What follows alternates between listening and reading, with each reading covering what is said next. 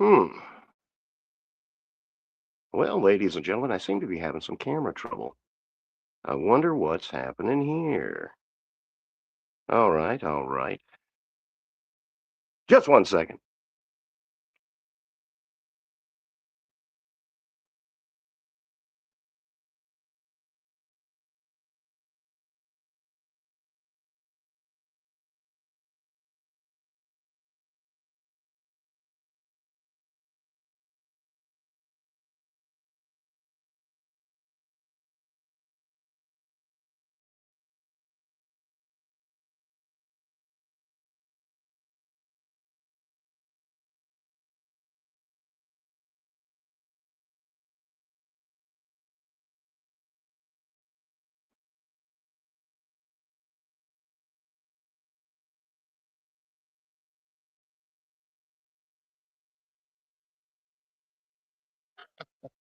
What's this over there?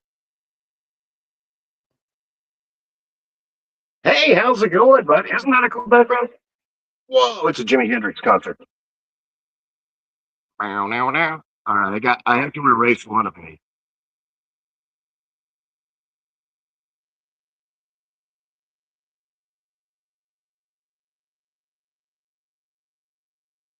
There we go. Is that any better? Oh, I erased the wrong one. Okay, let's see what I can do here.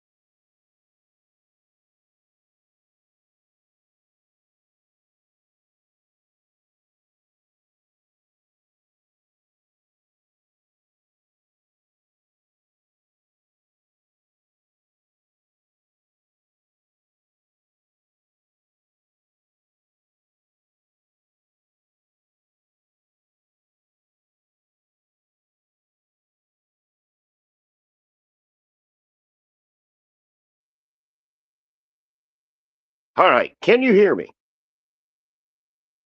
It's that any better? Hello. Hey, how's it going, everybody? I'm not sure if this is quite right. I tried to be cool. I'm trying to be cool here. This is my problem. Oh, my hands are dirty. I was playing in the dirt just a minute ago. Um, okay, good. You can see me there. Waylon, how are you doing today, buddy? Good to see you, man. Um, I downloaded this iRun camera because it's not newer. It's kind of a janky laptop, but I'm trying to hook up my camera to the laptop. On the laptop with StreamYard, you can do all the junk. You can see all your media. On your phone, it's all teeny tiny little icons, and it's very annoying. So I was trying to figure out how to do this, and that camera the iRun camera is supposed to connect your PC and your phone, so I could use my phone's camera, but still use the controls over there. The problem was the camera phone out here in my garage. The connection's too weak, so it takes it a while. And then the iRun camera just took over the phone, and it wouldn't give me my camera back. So I had to turn off the app and pause it and force stop it and blah blah blah, so I could get my camera back. But anyway, I am actually here. Yeah. Mm. I thought I would pop on. You know what? Let's get the stage set here. How about that? Shall we do that? I'm going to play one thing for you guys. If you don't mind, I'm going to play this real quick. This is a phenomenal that I want you guys to know that first intro that we had. Well, we got something going on over here. Yeah, using the hotspot on my cell phone. Exactly. Yeah, something like, oh, that's crappy. Brr. Very annoying. Ho, ho, ho, ladies and gentlemen. One sec, one sec.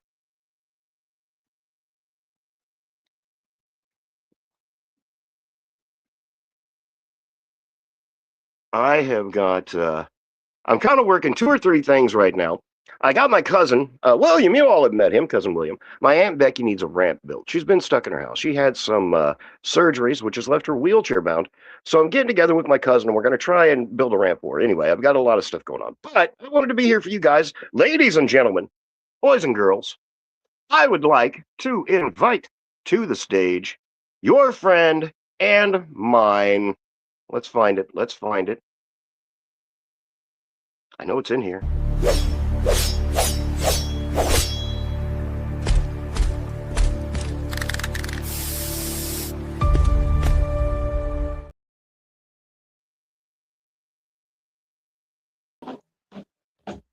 Hello, hello, all of my fans on Oh, Joe Prime's channel.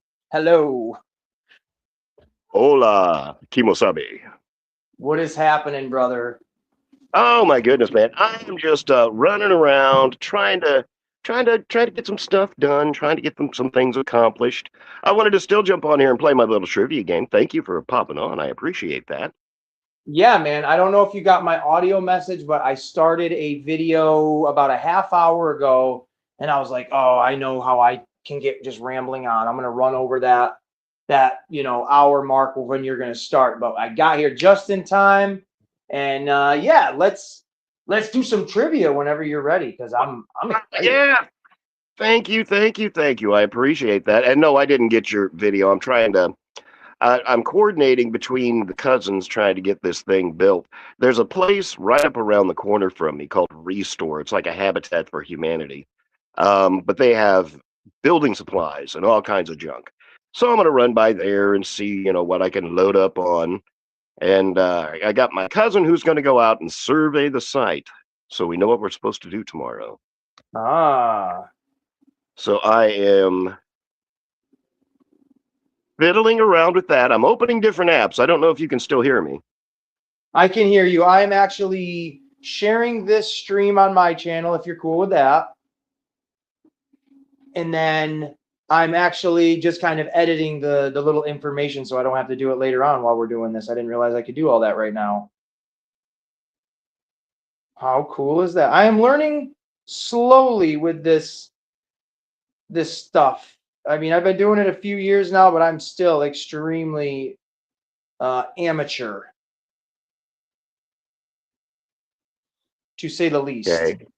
Oh my gosh. Do I? Well, the kind of cool thing is, once I got this open on the laptop, boy, that opened a whole new world with StreamYard. Oh, I know. When it was last summer, I had a laptop, but it ended up not going the way I wanted it to. But it was amazing. I could have my phone open, I had my laptop open, and then I had my laptop hooked to my TV. So my TV monitor or my TV was my laptop monitor now, and it was 3 times the size of what Damn it it. was on my Okay, little one laptop. sec. I've Jimi Hendrix myself again. Oh, geez, listen to that auto tune. Isn't that a Okay, That's one sec. epic sounding. That's like actually good echo. It doesn't sound like it's bad. That sounds like you deliberately did that. It's not too. It's like whenever you got the He-Man voice. Let me tell you, today in Eternia we learned a valuable lesson. Jesus, is that you? I saw what you did and where you No. touched yourself. That is hysterical. Okay, I might have to remove both of me from the stage, but I'll be back. All right, he'll be back, folks. Okay. Oh, look it. Wait, we're good. We're good. Ah, dang it! I did the same thing. I removed the wrong me. Oh. E-Man's World of Geek. How are you doing today, sir? Give me just 1 second. Please forgive me for the shenanigans. Hey, shenanigans are definitely allowed. It's the weekend, my friend.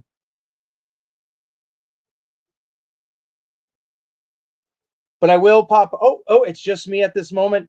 Hello, everybody. This is Ace from Ace's Place 22. Great friend of Joe Prime. He's got an amazing channel. We're trying to get him to 1,000 subscribers by the end of the summer. My God, we're almost there, folks. Let's go. Okay. Dang it, wrong one.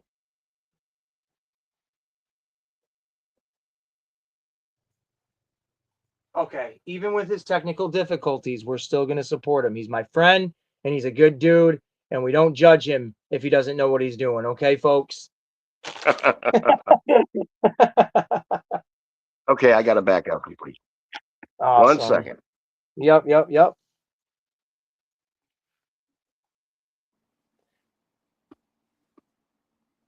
And if nobody knows what my little avatar is, I am using... Oh, I can hear me. That is Pee Wee Herman. That is paging Dr. Herman, Mr. Herman, paging Mr. Herman. And apparently we're going to be doing some trivia. Maybe the trivia is, how many times will Joe Prime have to jump in and out of his own stream? That's the trivia question, folks. Jeebus Creebus. I don't even know what I'm doing now. Okay, I'm over here, but do you see me over there too? I see the frozen one. What about that? Move your hand in front of the screen. Yep. We got you. We got him, folks.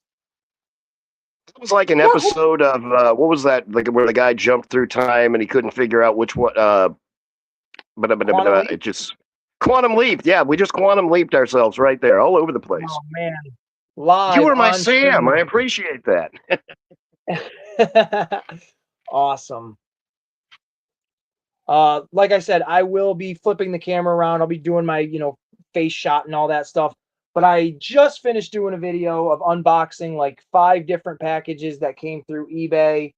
I've got a bunch of Simpsons stuff here, got some Ninja Turtle stuff here. Going to be doing separate videos next week for it. So that'll be all fun nonsense. And I'm actually packaging up Seafrost's winnings from last night that he won. And then he's got a bunch of other stuff that he had sitting here waiting to get mailed to him. So doing all that while hanging out with Joe Prime.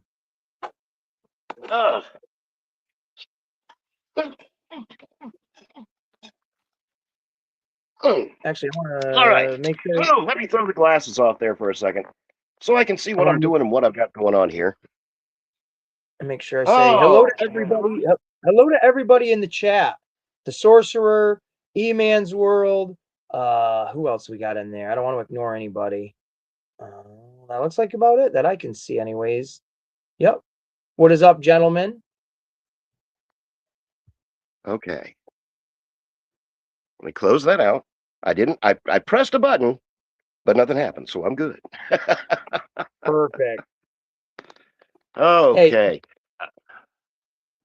you remember when you told me about those little snack cakes or whatever the heck they were at Five Below?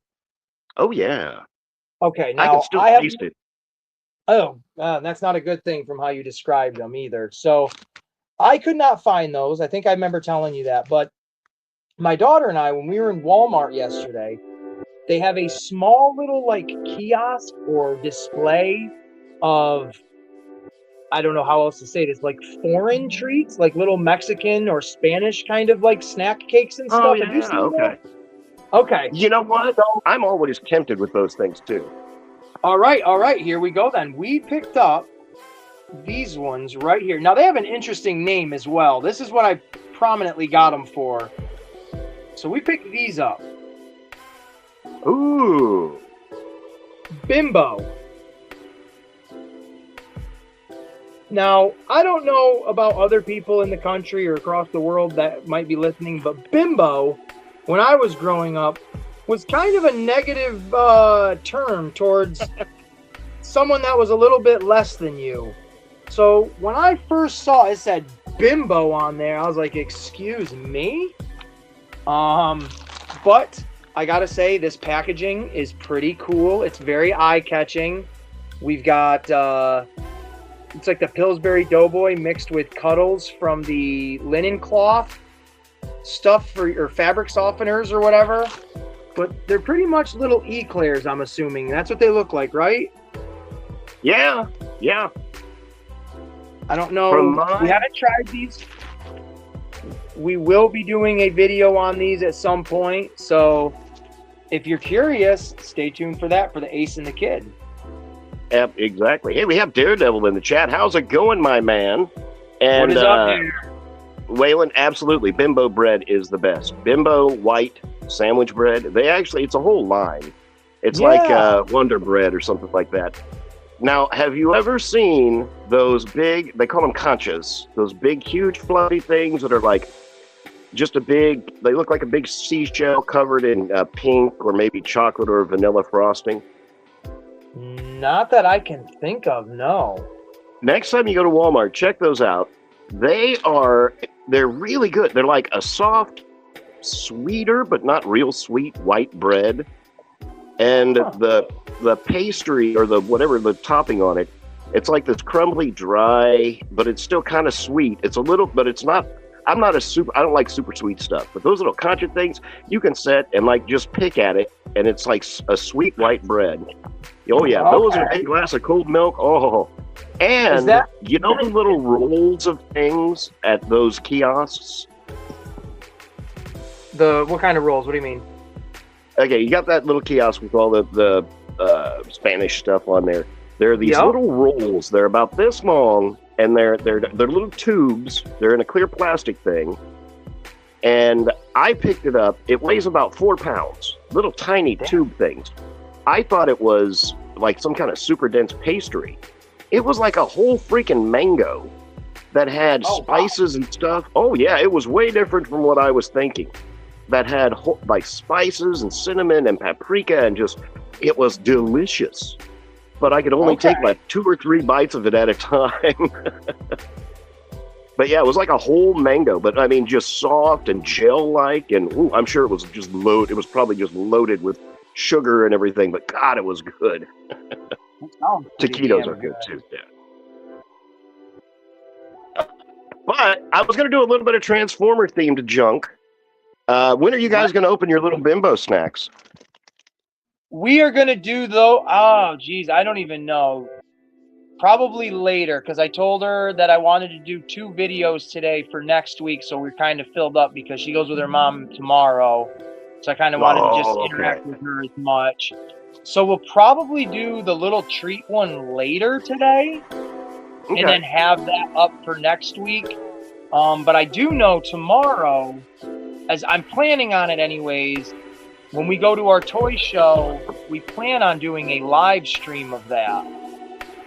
Oh, that'll be very cool. I think that would be cool too, and it'd be a little like, obviously everything we do on YouTube is video oriented with toys, and how different can the next guy be from the next guy, blah blah blah. So for me, I like a little variety, pun intended, to my own channel there. But I've recorded a bunch of times of walking around, and it's always the same thing. So I figured, why not do a live? And if people are watching, we can engage this time instead of, just watching the same crap over and over. So hopefully we'll be doing that. I know for you, I'm an hour ahead of you, so I will probably be going live. I'm going to schedule it, or set it up later and schedule it for tomorrow. Probably like 10:30 my time, so about 9:30 your time. Okay. Well, tomorrow at 10 a.m., I'll be building my deck. But I'll have my phone with me, and I'm going to be watching every last minute. Don't you worry about that. Hey man, whenever and if ever you can get, listening in and joining in and just engaging, that's what it's all about. And hey, you never know, when I'm at the toy show, there could be a specific Transformer that I'm like, yo, Joe, is this the one right here you want, man? You want me to buy this one? So there you go. And you know what's a big thing that they're starting to do now, and you're probably going to see this at that toy show? They're doing 3D printed, oversized GoBots. Oh, boy. Oh, yeah. and they're cartoon accurate. They don't transform. They do have articulation, but they're cartoon accurate. So they, Wheelie looks kind of goofy like he always did, but he's got his rounded arms, and Leader One looks like, he does in the cartoon. I thought that was pretty cool. That is cool. They've got them. I was gonna say I see a lot of the 3D printed stuff popping up everywhere, so I'm definitely curious. Oh, and that's the one. Whenever I was a kid, I had all of the GoBots. But of course, moving and just everything. Who knows where they're all gone to the wind. I have like 2 of them floating around that I've kept onto. But the GoBots are something I'm trying to reclaim that. Now did they make GoBots for all different sizes and different variations and stuff like that? Because I had 2, I think it was 2 of them that were like small, like the size of Hot Wheels cars, and they were die cast, and I ended up giving them to TKD Bar like last year. Are those the standard GoBots, or are they like a 6-inch figure as well? There's a couple of different kinds whenever it comes to the GoBots. And just real quick, ladies and gentlemen, boys and girls, friends and family, E-Man, World of Geek, thank you, sir. Oh, I pushed the wrong button. Believe it or not. How did that happen? There we go. Add to stage. Add to stage. I'm over here like, oh, I'm about to say something, and then I didn't pop up in the screen. I'm like, oh, maybe I should not say anything yet. Oh, oh my God, technical difficulty. Yeah, today, sir, we are having some technical difficulties. I brought in E-Man as my technical support. So, did you turn it off and on again? Have you updated your app? Have you thrown the computer outside the window and called tech support yet? Bingo, that's the key. There you go. Fantabulous. E-Man, nice to meet you. I'm Ace. It's nice to meet you. What's going on, Ace? My name is E-Man. It's great to meet you too, Mr. Pee Wee Herman. I like the. Thank you. I wasn't sure what avatar to use, so I figured, you know what? A man smiling is just always a nice little thing to see. So hopefully it puts a smile on all of our faces. Paging Dr. Herman. Paging Dr. Herman. Yes. I like how the voice in that scene totally did not match the face. Yeah, exactly. Right? Taken completely by surprise. Yeah. What's going on, Ace? Ace, what's your YouTube? I'm looking for your YouTube right now. I'm gonna go ahead and subscribe. Ace's Place 22. Ace's Place 22. There you go. Wow, look at you. Yes, sir. Look at this. I see this. And Ace. There you go. Pressing appreciate buttons. it. I tell you what, E-Man, and your reputation for I go on. I seen Danny's goes live and has guests, and I talk to her and then whatever guests they have on. They don't know me as Joe Prime. They know me as E-Man's friend. Wait, what? Are you serious? The one time I went on there and you were on there at the same time, and I was like, hey, you're like, oh, hey, it's Joe Prime, blah blah blah. Just that one rep. Now I'm your friend now, so. It's not, hey, there's Joe Prime. It's like, oh, look, it's E-Man's friend. I'm like, yeah, hey, how's it going? It's like so-and-so's little brother now. It's like, no, you're just... I'm sorry, Joe. I mean, you're welcome. I really don't know what to say to that. You know what? That's like, that's walking into a room with your chest forward, right? I'm like, yeah, that's right. I'm E-Man's friend. So I don't know what you're talking about, but he might. I'm thinking that maybe you were on you were in a chat, she was in a chat, and people were chatting, and there was a lot of chatting going on, and the association of, I don't know, I'm just assuming at this moment. I know, they were like, hey, who's this guy? And I was like, but E-Man's my best friend. You got to let me in. I was the guy standing behind you. Excuse me, I'm with him. Sorcerer, so FYI, I actually did go to radio school back in early 2000s, so I don't know if you're talking about me or if you're talking about Joe or if you're talking about Ace, but I can have a radio voice. Welcome to Joe Prime Live here with Ace and Joe, where we're going to see if Joe is going to open what he ordered from Aliexpress, or did he get T-Boo? Joe, you're on the line. You know what? Did you guys get to watch my video with this guy yet? Which one are we looking at? The Shattered Glass Shattered Optimus Prime. Yes, I watched that yesterday. Oh my gosh, yeah. I was such a fool. I mean, I don't know. What? So I get this thing, I'm opening it up, and I'm disappointed because the pictures have light-up features all over it. I'm like, okay, there's no batteries, there's no light-up features. I don't know what they're talking about. And I'm like, why did they send me this stupid flashlight? And I don't know if you guys can see that, but it's effervescent. It's like day glow. Oh, Yeah. so you gotta like light it up and charge it. Yeah, and then- I'm like, well, that's great. Yeah, hey, I got to carry this around in my pocket now. You want to see something cool? Oh, Yeah, exactly.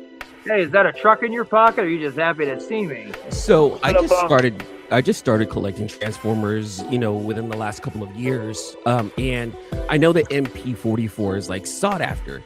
I ended up winning a Shattered Glass MP44 mold, and I'm like, oh, this is supposed to be like the Supreme. This is supposed to be the top notch. That thing was so terrible to transform. It's so loose, and I'm just wondering, is the MP44 overrated, or is it just sought after because it's a collector's item? now MP44 is the one with the skinny mid arm, right?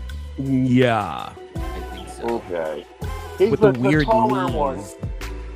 Yeah. Well, he's the predecessor to the latest one we got that has the wheels on the outside, correct? The MP17. Oh, yeah. One the right MP before the style jam. Yeah, the MP17 is supposed to be I'll like. tell you what, Oh, go ahead. my copy's beautiful. I have no Okay, problems with it. I was actually really surprised. I watched a couple of videos. The arms did look skinny and weird, but once Yeah. you turn the arms to where they're a little more, they don't look flush with the body, but they're filled out. Yeah, but he's a great copy. Mine is anyway.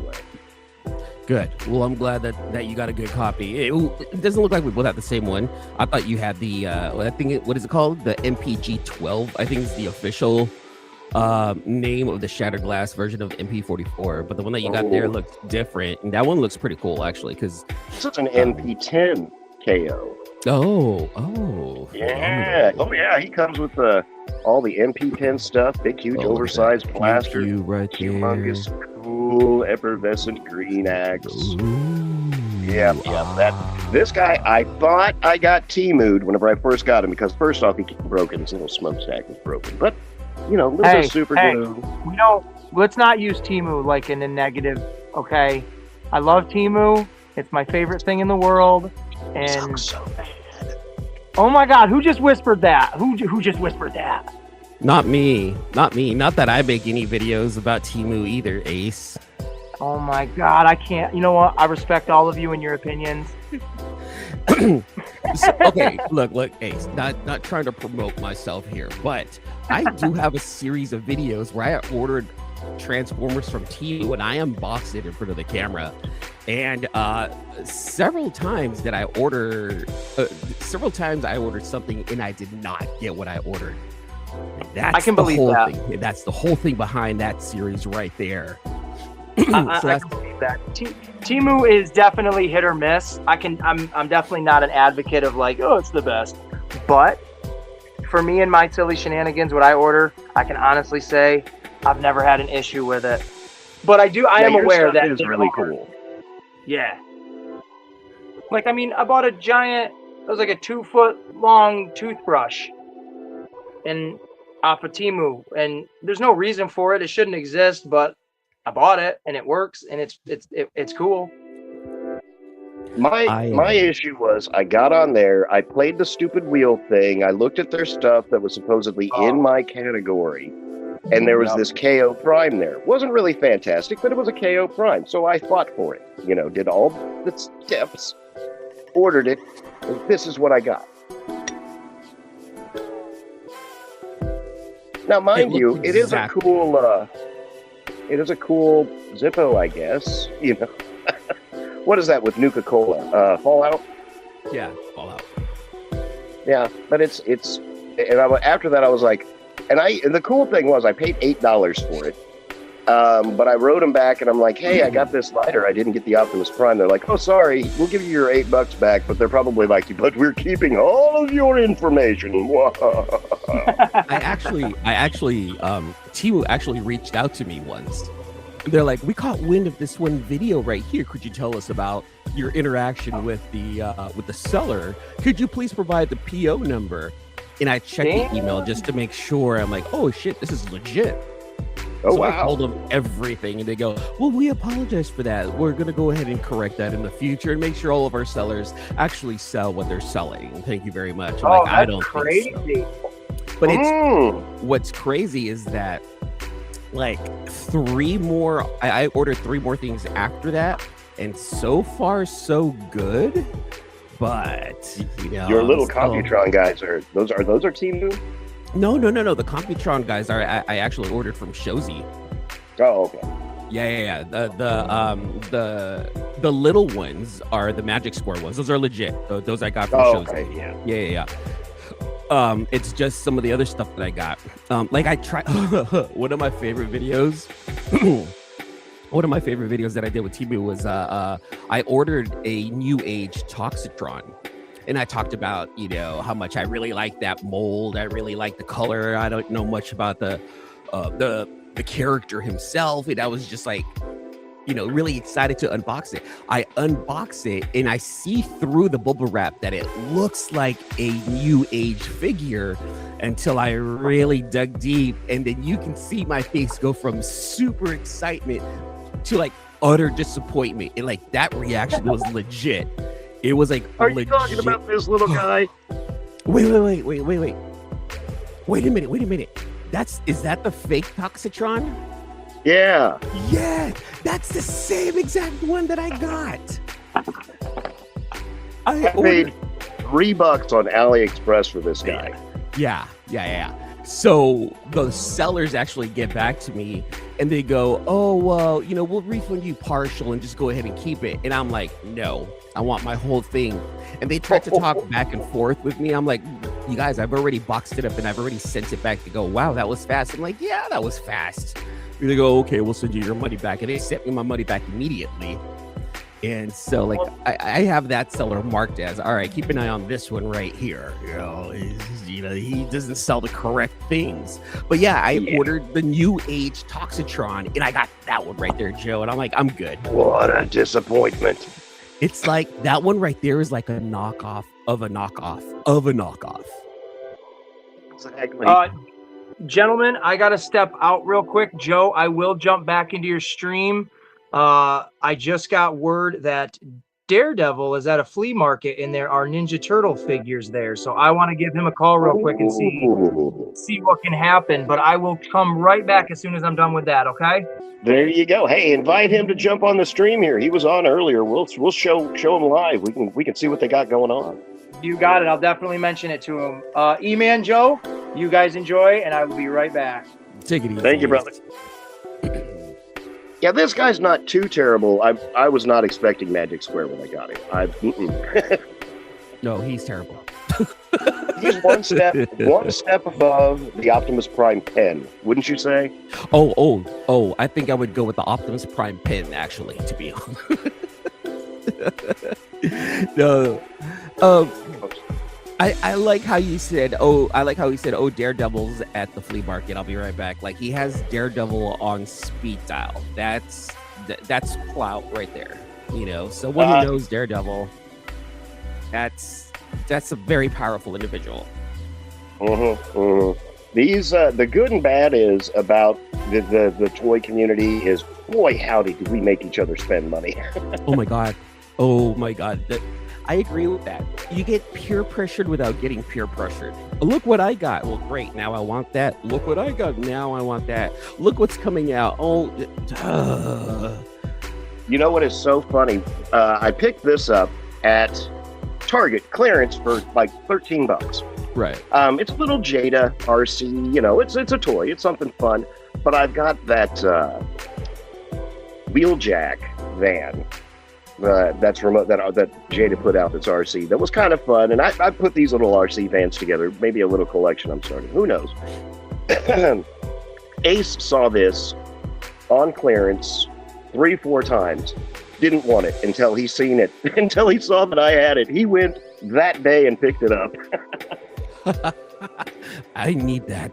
I'll be right back. Exactly. You got, man, I didn't want that until I saw you had it. Now I kind of do. Yeah. See, I'm being very picky as to what I'm adding to the collection now. I'm being very picky. I have dad responsibilities still, so like I can't go off and buy a bunch of stuff. In fact, Joe, what I'm trying to do right now is I'm trying to sell some comic books so I can fund a trip to San Diego Comic-Con. That's where I'm at right now. Well, I understand that. If you have any comic books that you have for sale, feel free to show them here. Tell me if you got something you want to flash up on the screen. I'm sure I see you give away more comic books in your comic book capsules.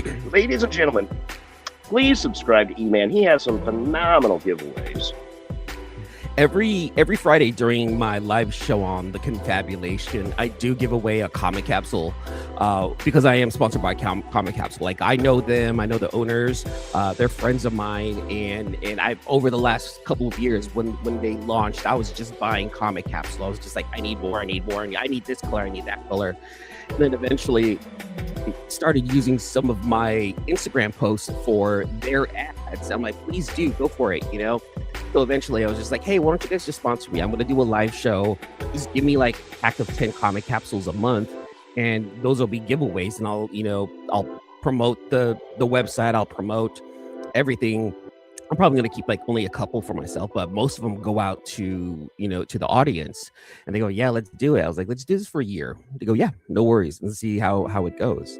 So that's how come I'm able to give away those comic capsules. And I have a ton of comics. I'm like, you know what? I don't need this. I don't read this. This isn't worth much. If I put it into the hands of somebody else who could start a story and say, hey, this is actually pretty interesting, let me go and look for the rest of it, then I've done my duty.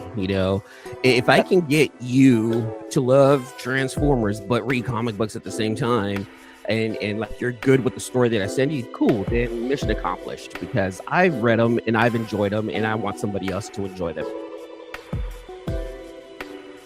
Exactly. That's right. Yeah, that, because I mean, you may be the 2 or 3 books away from somebody completing a collection too, something like that. Or I'm just like 5 books away from having someone start a whole new adventure. That's actually how I see it right there, because I give away a lot of number ones. I give away a lot of short runs. Like, I'll give you, like, in the comic capsule stuff, I say I'm only giving you a comic capsule, but I'll throw in like anywhere from 3 to 5 books. If I know you're not a comic book reader, then I'll give you like a number 1, like a number 1, 2, and 3 of a story, and start it off right there. And if, like I said, if you like it, go digging around for it, and then finish that read and see if you enjoy it. If not, leave it to you. You can do whatever you want with it. Maybe you can give it to somebody else who may enjoy it. There you go. And actually, speaking of which, I found this at my local this fell off the back of a truck store for $13.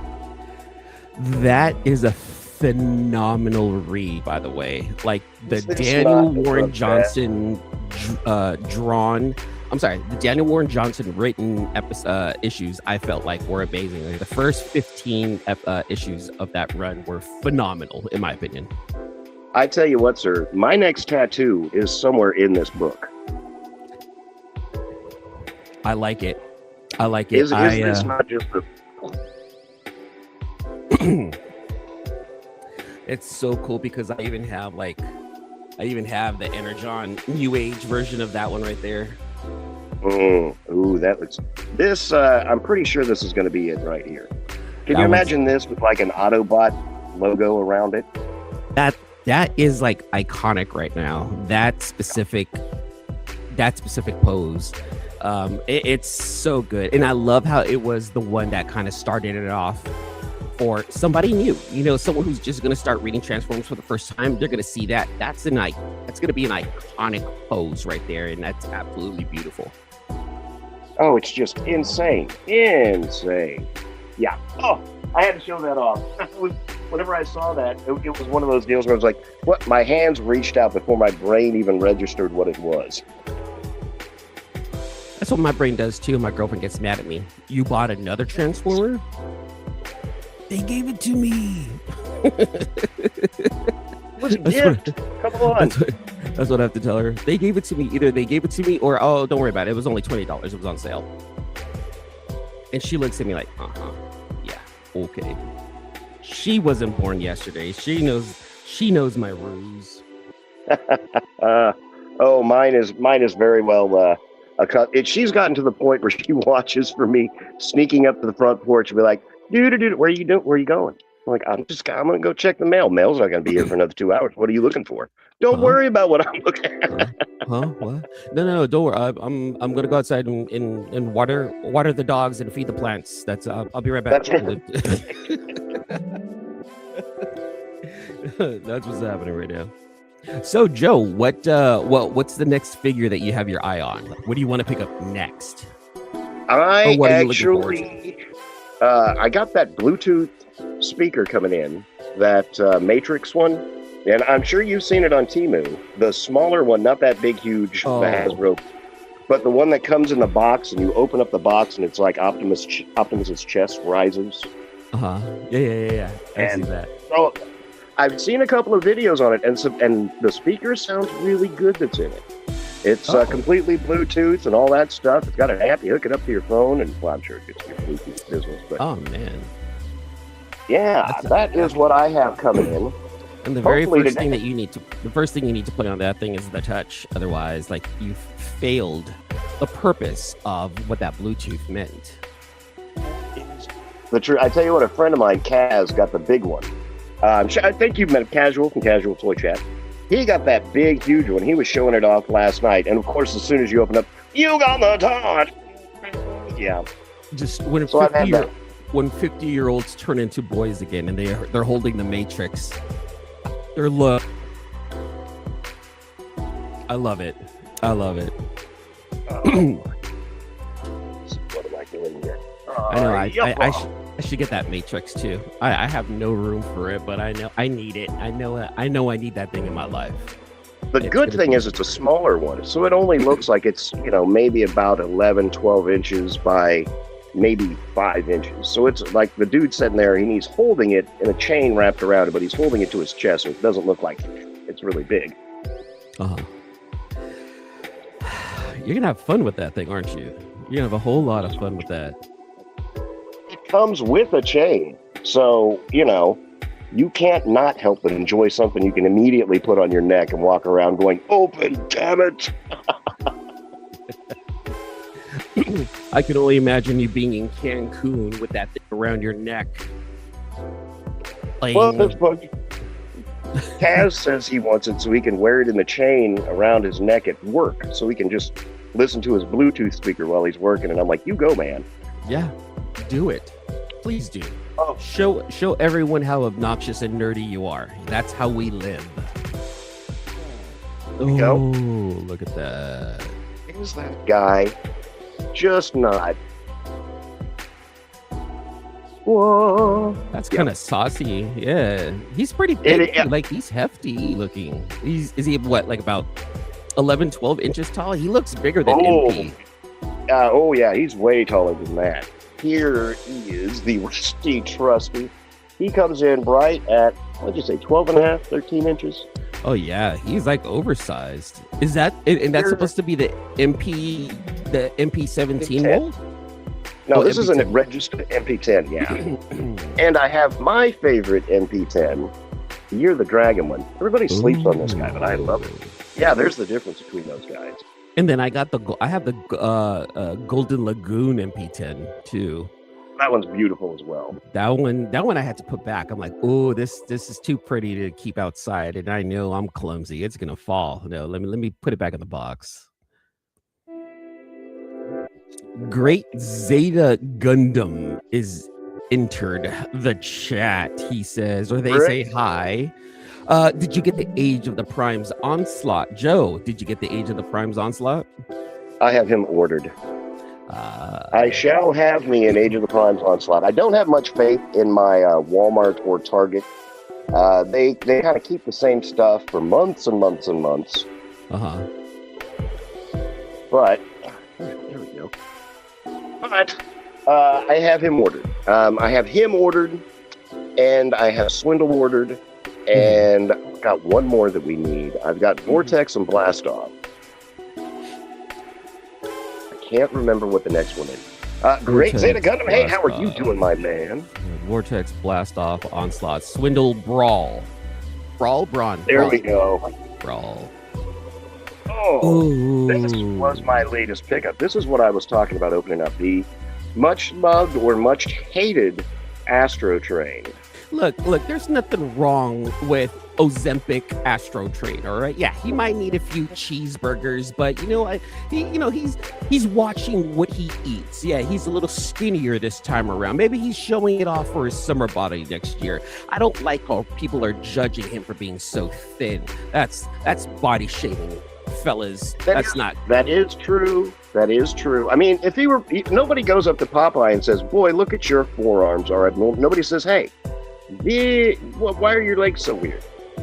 Yeah. That's just let's. Yeah, look, you leave Ozempic Astro Train alone. You let him be.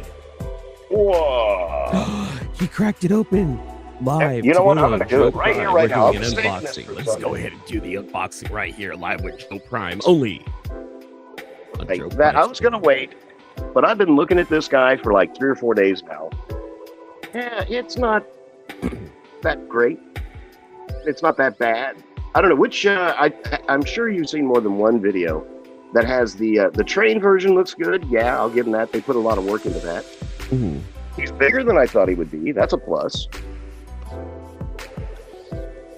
How tall is he? How tall does he stand in robot mode? Well, you know what? Take it out. Take it out faster first and measure it and see. That I'm looking for. Because I'm a third-party guy. I'm not a mainline guy. Isn't like I'm not knocking people who collect mainline. And I'm not going to be here saying, third party's far superior and everyone should collect third party. And that one meme where everyone, the 3 vampires are looking over everyone else. I collect third party. No, I'm not. Each its own. Collect what you love. That's what we promote in the comic book community. That's what we should promote in the Transformer community. Collect what you love. Collect what you want. Absolutely. It kind of has a little snake-like look to him there. Don't knock somebody's yum. Oh, wait, no, don't yuck someone's yum. That's right. Wow, that was terrible. That was a terribly executed thing right there. That's like bake like a tree and get out of here. That's terrible. Don't yuck someone's yum. That's what I meant to say. Unless it's sweet potatoes, because those are disgusting. Again, don't yuck someone's. I see. That's the thing. I don't mind sweet potato pie. I don't mind sweet potatoes and marshmallows during Thanksgiving. I don't mind sweet potato fries. Yeah. Hey, there you go. I tell you, I was the bane of my grandmother's existence because my entire life I could just never do sweet potatoes. Maybe we go. You didn't have them like the correct way. I don't know. The only real way to eat sweet potatoes. Oh, she tried to feed me those nasty, hairy mud things. Like, it tastes like mud. They've got hair on them. She's like, that's not hair. Yeah, it is. Oh, man. Boy, you get a really good view of everything going on in there. The great Zeta Gundam states, I might get the Mini Minosaur. Now I'm wondering which Mini Minosaur are you talking about, because Magic Square is re-releasing their 2026 line of Stunticons. So is that the one you're talking about, or is there like another Mini Minosaur, out there that you saw? Now I'm curious, Zeta. Let us know. Yeah, absolutely. I've seen the Hasbro Mini Minosaur. That looks kind of interesting. Well, Hasbro Mini Now, see, now you got me looking this up. Hasbro Mini Minosaur. Takara? Up, ladies and gentlemen, we have... Oh, dang it, I just muted him. I didn't mean to do that. I'm going to add you to the stage, ladies and gentlemen. It is Ace Primal. You're muted, and I didn't. There you go. I think you're unmuted now. I'm unmuted now. Hello. I'm back. Hello. Welcome back, Ace. Our ace in the hole is back in the house. That's me. So fun little venture I just went on. I was able to get a $10 April O'Neil original. Well, I think it's original. The face looks kind of shifty, but for $10, Daredevil picked me up. Let's air quote it as of right now. The original April O'Neil white boots. Playmates figure with what seems to be most, if not all, of her accessories. So he sent me a picture in the face. It looks a little janky. I don't know if it's real or not, but still, for $10, I will buy a fake Ninja Turtle toy just to say I have one and get all the fun little accessories to go with it. There you go. That's not a bad deal. This is like an '84 release then. For the April O'Neil, it would have been... See, now they made like 3 or 4 different April O'Neils. They've got the one I have, which is a common one, where it's her in her orange boots and like orange trim. Then they have one where she's got like all white trim. Then they've got one where she's in an all green suit. So, but the original one would have probably come out when the first toy line came out in '88. Okay. Yeah, so it'll be fortunately,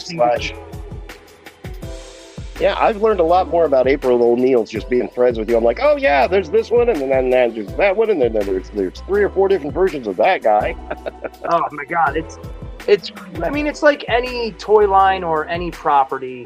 From the inception to this very moment, there's 100 different variations of just one character, to where it's like, man, even I lose track of my favorite properties and characters and stuff like that, because there's a million different versions of each character now. That is the absolute truth. And no, not at all. There's only like 2-3 different versions of like an Optimus Prime out there. I don't know what you're talking about there. Ace. Oh, right. You're right. Oh, wink, wink. Wink hard at the camera. Who does reissues? That's such a silly idea. Yeah. Ace, take a look at this bot and tell me what's your first thought on it. Choo-choo. Yeah, it is Astro Train. I guess the more I sit and look at it. How much was he? Like $50, something like that? 54. 54. I just saw him the other day at Walmart, and I walked by it quick because I'm like, don't you start buying these, Ace. Don't you do it. The bad thing is, I mean, he's got posable hands. That's not too terrible. He's got a lot of, all your normal Transformer posability. He's, I guess, big like he should be. Look, this is how I feel about mainline. Okay, let's say, for example, you got the OG Astro Train back in the 80s. If there was one, I think there was one. And then you get one now, and you compare them, you're going to look at that 80s one like, hey, there's more metal here, but it's clunky. And then you look at the new plastic stuff right now, and you're like, hey, look, I can pose him. Going from OG to mainline now, like, it's still a huge upgrade. And what I'm looking at here, it looks great and as closest to the cartoon as it can be.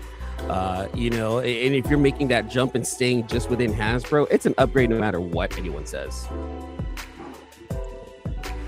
I love you. I've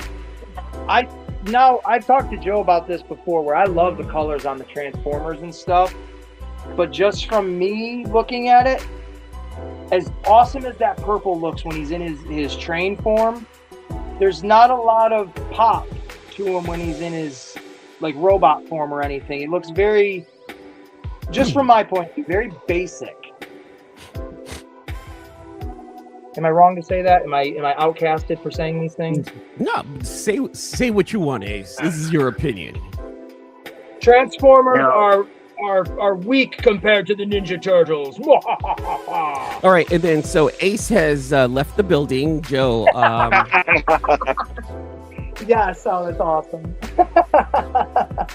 Thank you, Ace, for being a part of the show, and I'll never welcome you back. So, Joe,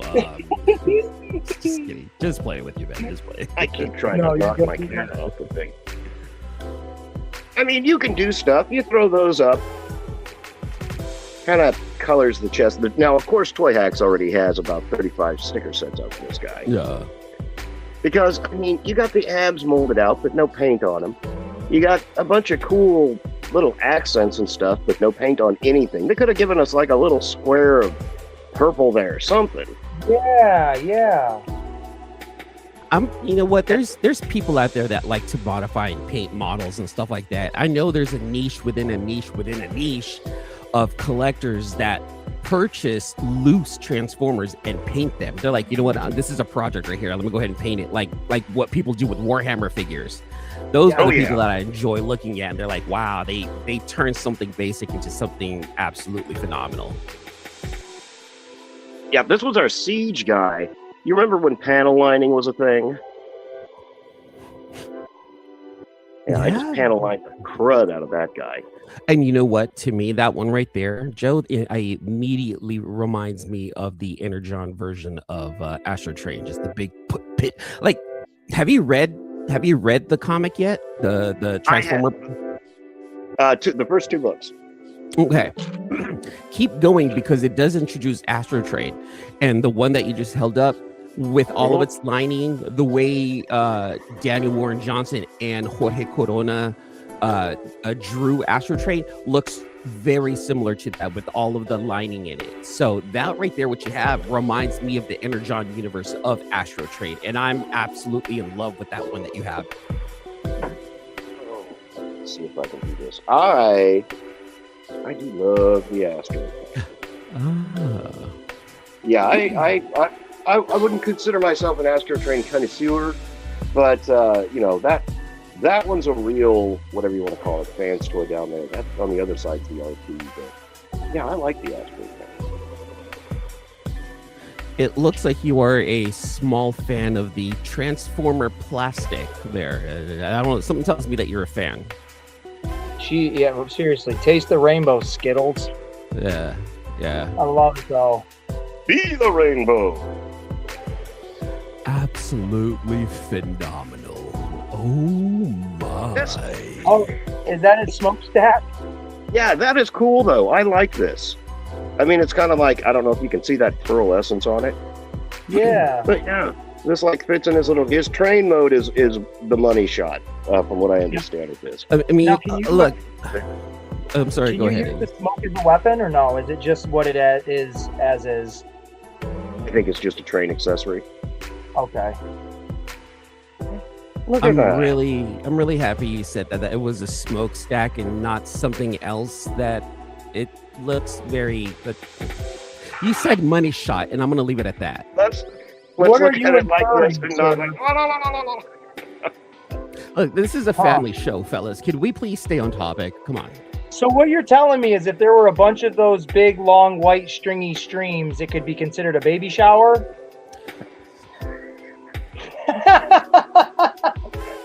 I'm just trying to keep up. This is a family show. It's good. Please keep it at a PG-13 topic. Yes, thank you very much. I appreciate it. I mean, for $54, this is everything it comes with. All the accessories. You get a tiny little blaster, 3 blast effects, probably for his little shuttle mode. Although I did see a Toy Hack set that was just really, really cool. And this kind of excited me. On the back here, there's his train, and this pops down. But on the inside, they have a sticker you put in there that's got little tiny Megatron and Soundwave and a Devastator. And it's the 86 bots inside, what's his name? Inside Soundwave. Or not Soundwave, the Astro Train. So it's supposed to make it look like they're riding inside of him? Mm-hmm. Oh, that's cool as heck. That is very cool. Oh yeah, the Toy Hacks, I mean, it colors all this stuff up, has stickers that goes in anywhere and everywhere. I don't know, sorry about that. I got a phone. That's sweet. So I have a little bit of a conundrum, and I want to bounce ideas off of you too. Is that okay? Sure. Please, sir. It's a little self-serving, so just I am gonna just put that out there. So I'm having trouble creating videos at the moment. Creatively, my brain is not there. It's part of my ADHD. However, I feel like I need to put something out. It's a mission that I have within me, that I need to put something out. I just don't have the energy to do a review video. Saying what I just said, what I want to do now is show everyone everything that I feel I have to review in a video, and just talk about how overwhelming something like that can be for someone like me. And then towards the end, just kind of really talk to people and just say, hey, look, I want you guys to know that if you have a personal mission, do it, accomplish it, but do it at your own pace. Do it so that it doesn't break you, and do it because you love it. You will come back to this if you want to come back to this. You know, it's an idea that literally just popped in my head because I'm having trouble right now saying, hey, I'm having fun reviewing this. I'm not having fun reviewing something at the moment, but I also feel like I need to push out a video. Thoughts? Yeah, go ahead, Joe. You speak first. Absolutely. Yeah, I'm not saying I feel that as a pressure, but it's definitely a want and a need. It's I don't know. Kind of like with what I had going on today. I had invited Michael from Icon Files over. We were going to do a 500 push for him, but he blew that out of the water. He's still welcome if he could pop on here. He said he was going to be out running around this morning. But yeah, there's a pressure. And nobody puts this pressure on you but you to put a video out. I realize that. But yeah, I feel it, I would say. Yeah. You're right. No one really puts the pressure on you but you. But then you also see things like analytics, and when you get monetized, now you feel like there's a certain responsibility. Now the hobby is a second job you wanted, but now it feels like it's the second job I don't want at the moment. So now there's a certain responsibility and a certain level of accountability that one holds to themselves, and it's because of the numbers game. And I think it's not just us holding responsibility to ourselves, but it's YouTube pushing you, saying, hey, you're not making as much money this month, maybe you should put out a video. And there's like a silent pressure, almost like a peer pressure coming from a silent voice within this internet that pushes you in your head as well, and it kind of messes with you. At least with me, it does, because this is supposed to be a hobby. We're supposed to have fun. Yeah. And at the moment, it feels more like a job. And once my ADHD brain thinks that it's a task, now it just doesn't want to do it. I completely get that. And just from my own personal standpoint of this past week going into this upcoming week, my daughter goes with her mother once or every other week for the summer right now. So last week when she wasn't home, I was in this stupor of like, I just don't feel the energy to want to make videos. I don't have my daughter around me to kind of encourage me, to engage, to have fun with me while we do the videos, blah, blah, blah. But I did feel that need to make a video, even though I didn't do any videos last week and put anything out. I do every Tuesday a Turtle Tuesday video where I just specifically do my Ninja Turtle stuff on a Tuesday. So I said to myself, you know what? Just because you don't feel the passion to want to open up your Austin Powers figures and talk about them or right now doesn't mean you don't enjoy what you're doing. Because even though I'm not doing videos, I'm still standing here tinkering with my toys and playing with them and goofing with them. Yeah. So I took that little bit of energy of fun and like, hey, put that energy that you do have in your Turtle Tuesday videos, because those are the ones that you really started with. Those are the ones you put the most fun and energy into. So stick with that, at least one video, and focus on that. And if you have the energy or the wherewithal to keep going after that, ride that wave. But use that as your jumping point. And if that feels too overwhelming, I haven't crossed that bridge yet, so I'm, baby steps. But right now, I did the one video last week. My daughter was home with me all this week. Her and I have been doing a bunch of videos, so at some point I'm going to sit down, edit them, and upload them all.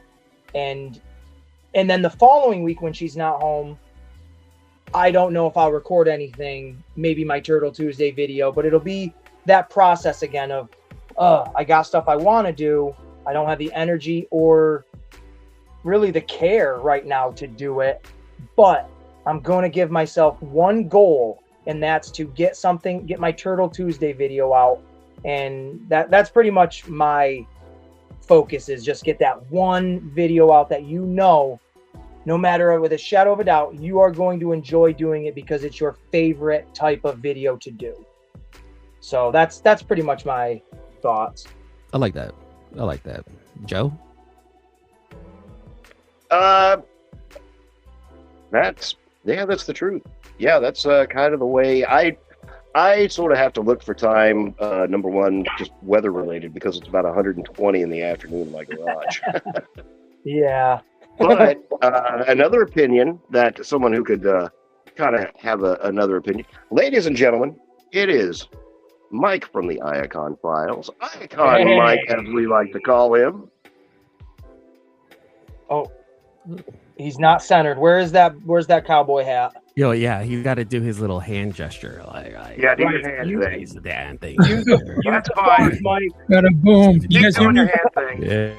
You come to me on this, the day of my daughter's wedding, asking for a favor? Watch the Icon Files.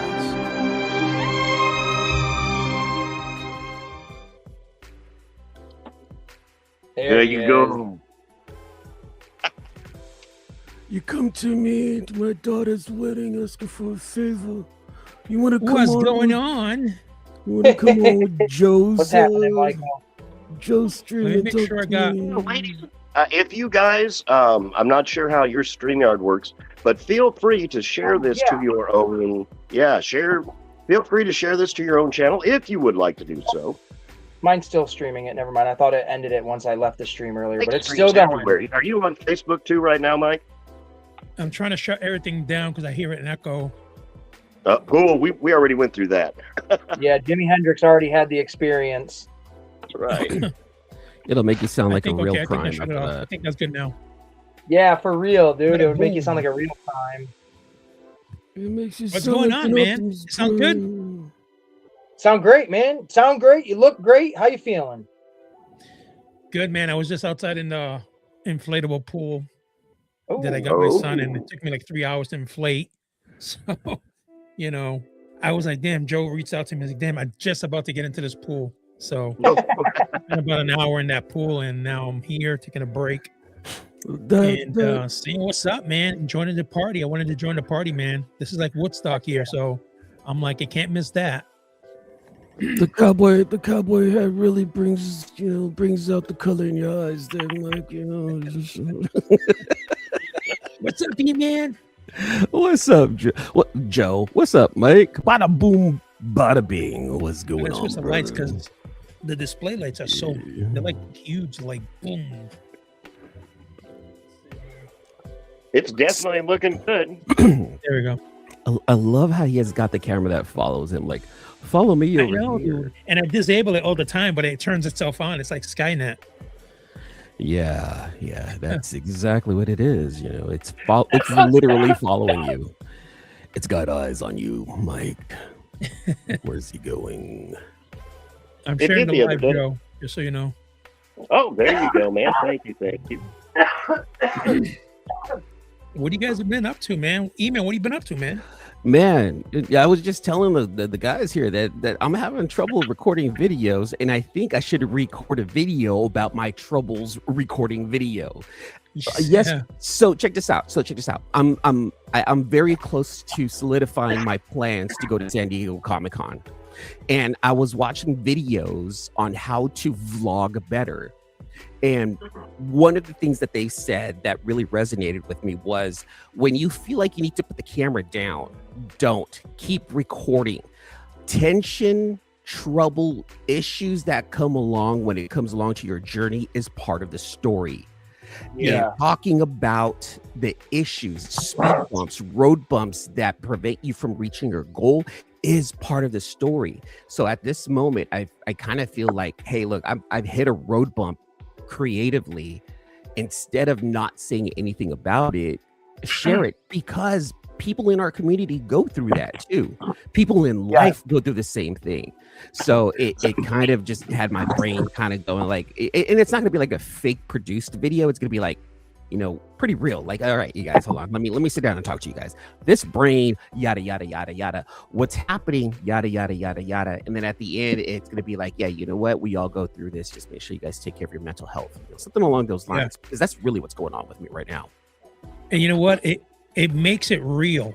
You know what I'm saying? Because when you don't have when you try to take away all those editing errors and all that stuff, it just makes it seem too perfect, and people just, when you see those mistakes, people like, man, they can relate to you. You know what I'm saying? Because you don't know if they're kind of venturing into that as well.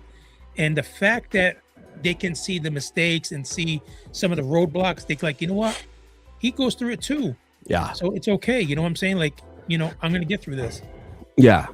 And that's, again, like, I don't want it to feel too produced. It is an idea. I feel like it's something I should talk about, because that is what's going on, like, for real. It's not like hey, you know what, you guys, let's go ahead and produce a video where people are having trouble creating videos, and then we can say this, let me draw up a script, let's go ahead and create the shot list. And it's like, no, just one camera in front of me.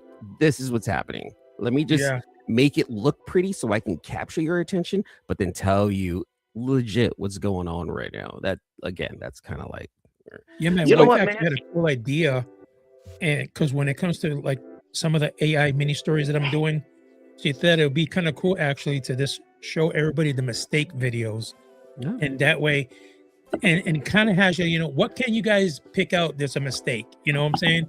And just kind of have fun with it, because last time, whenever I do my lives and I have enough time and show those videos, I actually saw, all right, guys, now check this out. One thing I was thinking of doing, showing the actual video, and then say, okay, guys, this is the video without me making any editing.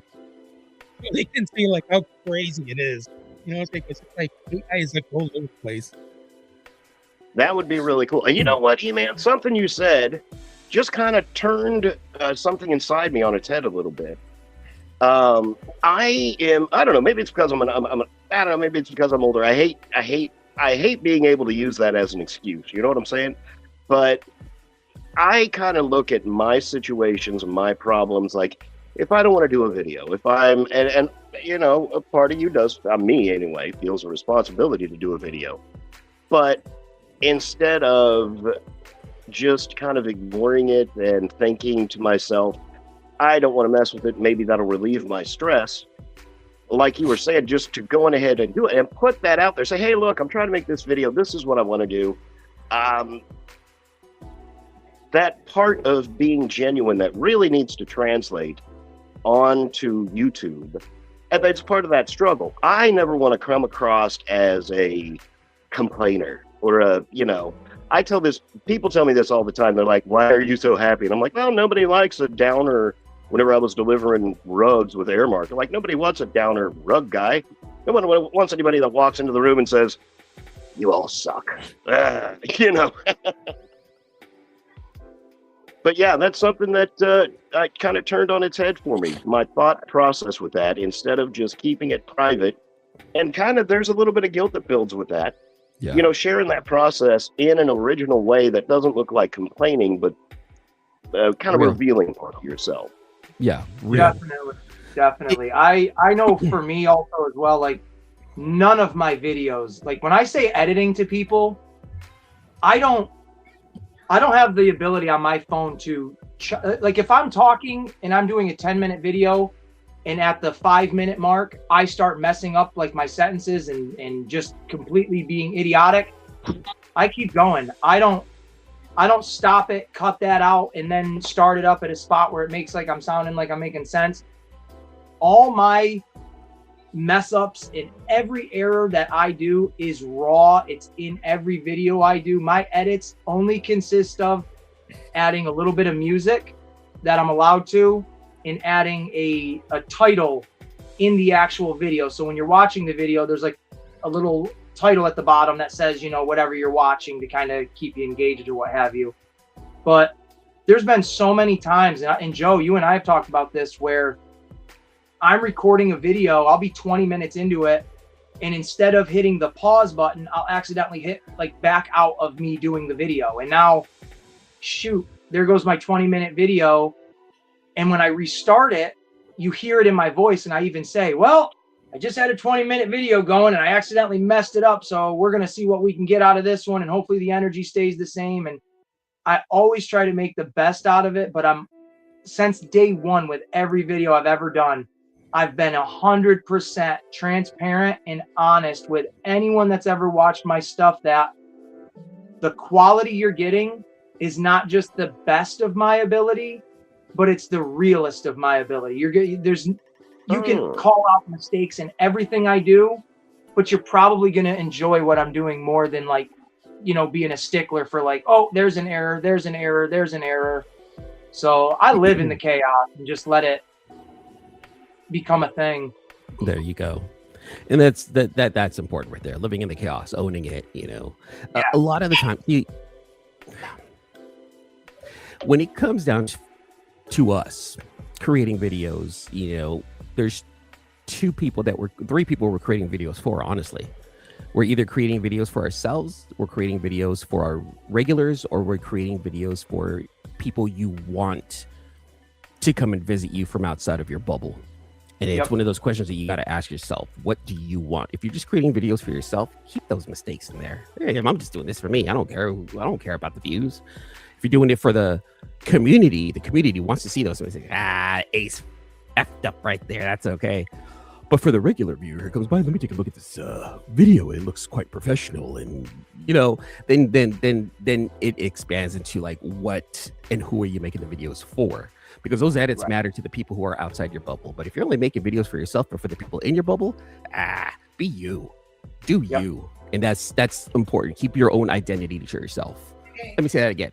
Keep your character intact for yourself. Yeah, that's what I feel like I do when I create these mini stories that you see me do. I'm creating a mini story that I'm trying to do for myself, or like you've seen the videos for my son. I made my boy into a Shazam. I made my wife into Mary Marvel. So that's cool. I'm creating mini stories, but at the same time sharing that with the guys. And if you guys dig it, then that's awesome. You know what I'm saying? Because I'm trying to create everything that I get in my head, and make it into reality. Which I never thought I'd be doing this in a million years, like these creations. So whenever I got time, I try to do the next story and see if I like it, but see if the followers like it too, because that's what adds to all that excitement, man. Mike, we're friends. Well, I want to say we're friends. Can I be rude with you about the AI stuff? Yeah. Okay. I am personally not a fan about AI created imagery. AI as a tool to help you edit, like if you need to take something out, like small edits. AI as a tool, perfectly fine. AI to create a whole movie, a whole video, I'm personally against. But about you, this is where I see the positive within you. Okay. You are currently ahead of the game. You are currently ahead of everyone right now because you are creating these AI videos. Regardless of what people say, it's coming. And by the time people catch on and say, hey, shit, we really need to learn this, people are going to have to pick up on it, while Mike is already 2-3 steps ahead of everyone else. Regardless of how my personal opinion is towards AI, I don't have any hate towards you. I'm not a fan of AI generated videos, but I also recognize that when the time comes, you're going to be ahead of the game and everyone else is going to be playing catch up. I really appreciate that, man, because it's hard. Like I've seen a lot of people too reach out to me, and I don't know what it is. Like when I do these things, I guess because I'm doing it for myself, you know what I'm saying?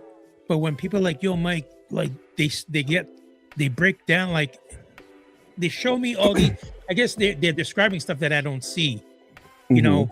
And like, especially Eric's always like, when we're doing collabs together, he's like, cause I see Eric like he's really good at what he does.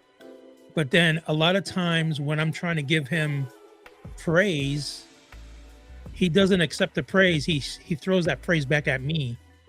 And it's like, damn, dude, like I really don't see myself at that level. But it's funny how everybody else sees that you're whatever it is that you're doing it in a good way. Mhm. You know, so I'm like, and sometimes my wife's like, you know, you need to give yourself some more credit, because I don't know what it is. Like I find it's hard for me to give myself credit. You know, I could identify that I've come a long way, but I always feel like, especially because I'm a musician, I never say like I'm a good musician, because there's always somebody better. Okay, keep that in mind right there. What you just said. You're a musician. You create music. You know how to play the notes. You know how to pick up an instrument, play it, create, you know, a tune. But this is you actually doing it. You're working for those notes to put them together yourself. With the AI aspect, you're telling something else to create it on your behalf. And then they're going to interpret it in such a way that it's going to pop out what it does. So and I think this is kind of going off, you know, tangent here, but how people view AI is you're taking the musician away from music. You know, and that's how some people view it. But what a lot of people don't see is that in the future, we're going to need AI to help us, at least on a fundamental basis, begin a project. You need that background beat. You need some hums here and there, but you don't have someone within your group who can create that for you. So having an instrument like AI do it for you, I can see how using it as a tool is great, you know. But if in your position, let's just say you're a guitarist and you play guitar, you've trained for years, but yet someone says, yeah, you know what, we don't want to pay you. I have an app that I'm paying $60 a year for that they can create that riff for me. Now it takes you out of a job, you know. And that's the disconnect that people have between AI and you know, artistry, you know. And this is just me rambling at the moment, but that's just how most view it, you know. But at the same time, like I said, we're going to need it in the future. Yeah, definitely. You know, we actually had similar stuff happen in the kingdom, where Chris was diving into AI stuff, and they had members at the time that were against AI imagery creation stuff. Mm-hmm. So you're always going to have, like you're saying, people who are against it and people who are for it. Yeah. And I think Chris always tries to accommodate both sides. Kind of like, look, you could be against something, but there's other people who are for it. So at the end of the day, it's going to be up to you whether you still want to be a part of a community that is going to be accepting both sides of that spectrum. If you can't accept either side of the spectrum, then you don't belong in that group. You know what I'm saying? I respect everybody's opinion. You know, I'm a Christian person, but not everybody's a Christian person, right? But I associate with a whole bunch of people on my channel who are not Christians, but I'm okay with that. You know what I'm saying? Like, because I am, and I've had people who like told me straight out, yo, I don't believe in God, but I appreciate what you're doing. I'm like, well, then thank you. You know, listen to the positivity and just, you know, block out the negativity. What I try to do is, whatever I've learned, I always try to pass it on. Yeah. You know, I don't want to hold it on for myself. Like the minute I started creating stuff, I reached out to Joe, because everybody's, yo, man, this stuff is awesome. Yo, you can do this too, you know? And that's because the way I see it is, if it makes the community better, and again, you're going to have the people who are going to say, you're not making the community better, but then you're going to have other side of the spectrum say, you are making the community better. So you're not going to make everybody happy.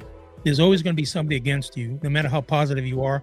I mean, there's people who can say negative things about Chris, you know, and then when I hear that stuff, I was like, dude, like, how can you even say something negative about Chris? I just don't get it.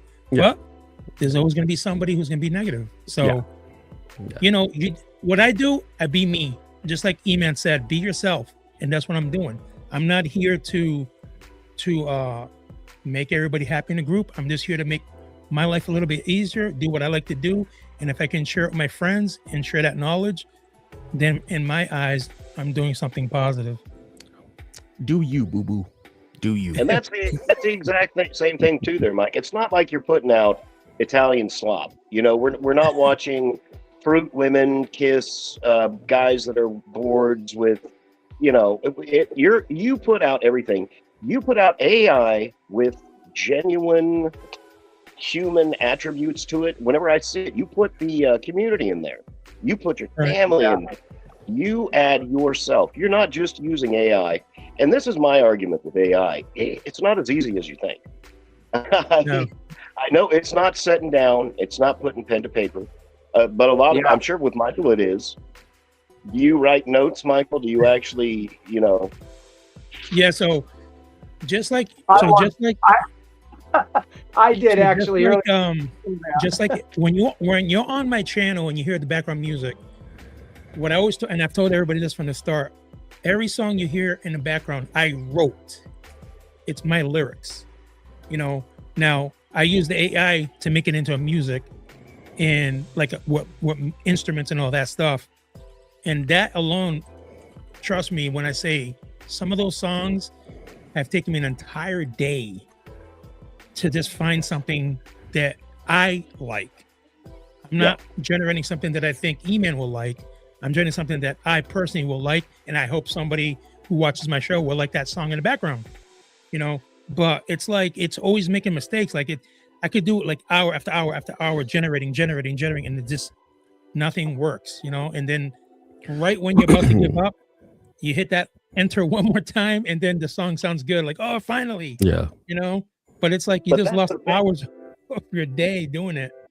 And like E-Man was saying too, if you go in for a job and you got to put all of the computer applications down on there, one of the things you're really going to need now moving forward is probably, hey, I know how to use this AI generator. I know how to use Grok or blah, blah, blah. Or I don't, YouTube AI is about all I've messed with. But like you said, that's the future. It's going to need to be on that application. Yeah. And Maybe I don't know, not for Eric, us there's still but a lot of stuff I don't know. kids. There's still a lot of stuff I don't know. Like Eric knows a lot of video editing. I think E-Man himself said he does a lot of video editing, but I haven't really dived into that part of it yet. Like being able to record your voice, make your voice sound differently, all that kind of, I haven't really dove into that yet. So me and Eric and the group, I'm a part of an AI group now that we have strengths and we have weaknesses. So I do what I can, and then when I need help, I reach out to one of the guys. Hey, can you make this happen?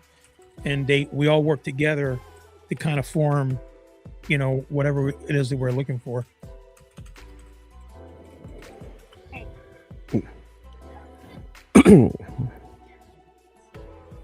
But yeah, I've gotten flack before for making a robot dance on one of my shorts, and you're always going to offend somebody. I offended the stop motion people, evidently. I am sorry that I made my guy dance to I Can't Stop That Feeling for 10 seconds. I apologize. And you know what? I can see how the stop motion community would be pissed.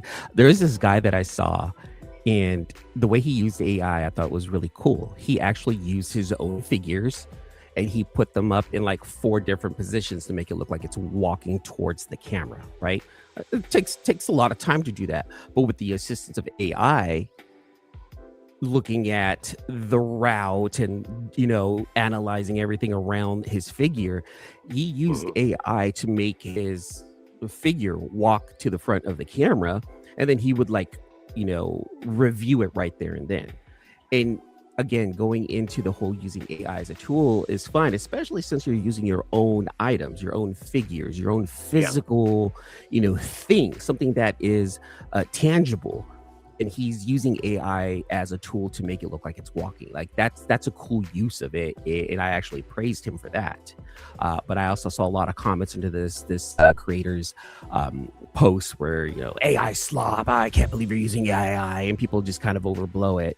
And it goes all the way back to what I said earlier. It's use AI as a tool, but don't use it as a replacement. Oh, there you go. My comment to the people that were griping, and they're like, "You put no work into this," and blah blah blah. And I'm like, watch the 45-minute long video and then tell me I didn't put any work into the 10-second long short you just watched. Please do that for me. Yeah.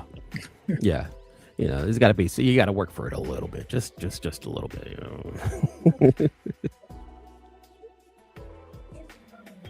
Okay. Hey, you know what I promised? I promised Marvel trivia. Is anybody down for some Marvel trivia? Let's do do it. it. Let's I do it. shall fail, but Just let's hit. do this. We have just hit 1 hour and 30 minutes. Ladies and gentlemen, boys and girls, E-Man, I've seen you hopped in and out on the chat. I'm scared to push buttons while I'm running the stream. So if anybody sees anybody in the chat, I saw Quentin. Hey, how's it going? I saw Dose Studios. How are you doing, my brother? Please feel free to call them out. I appreciate you all. Thank you all so very much for helping me with my shortcomings. These are pretty easy, actually. Which bony hero rides a flaming motorcycle? Ghost Right. It's not Rider. Freddie. Not Freddie Mercury. Ghost Rider.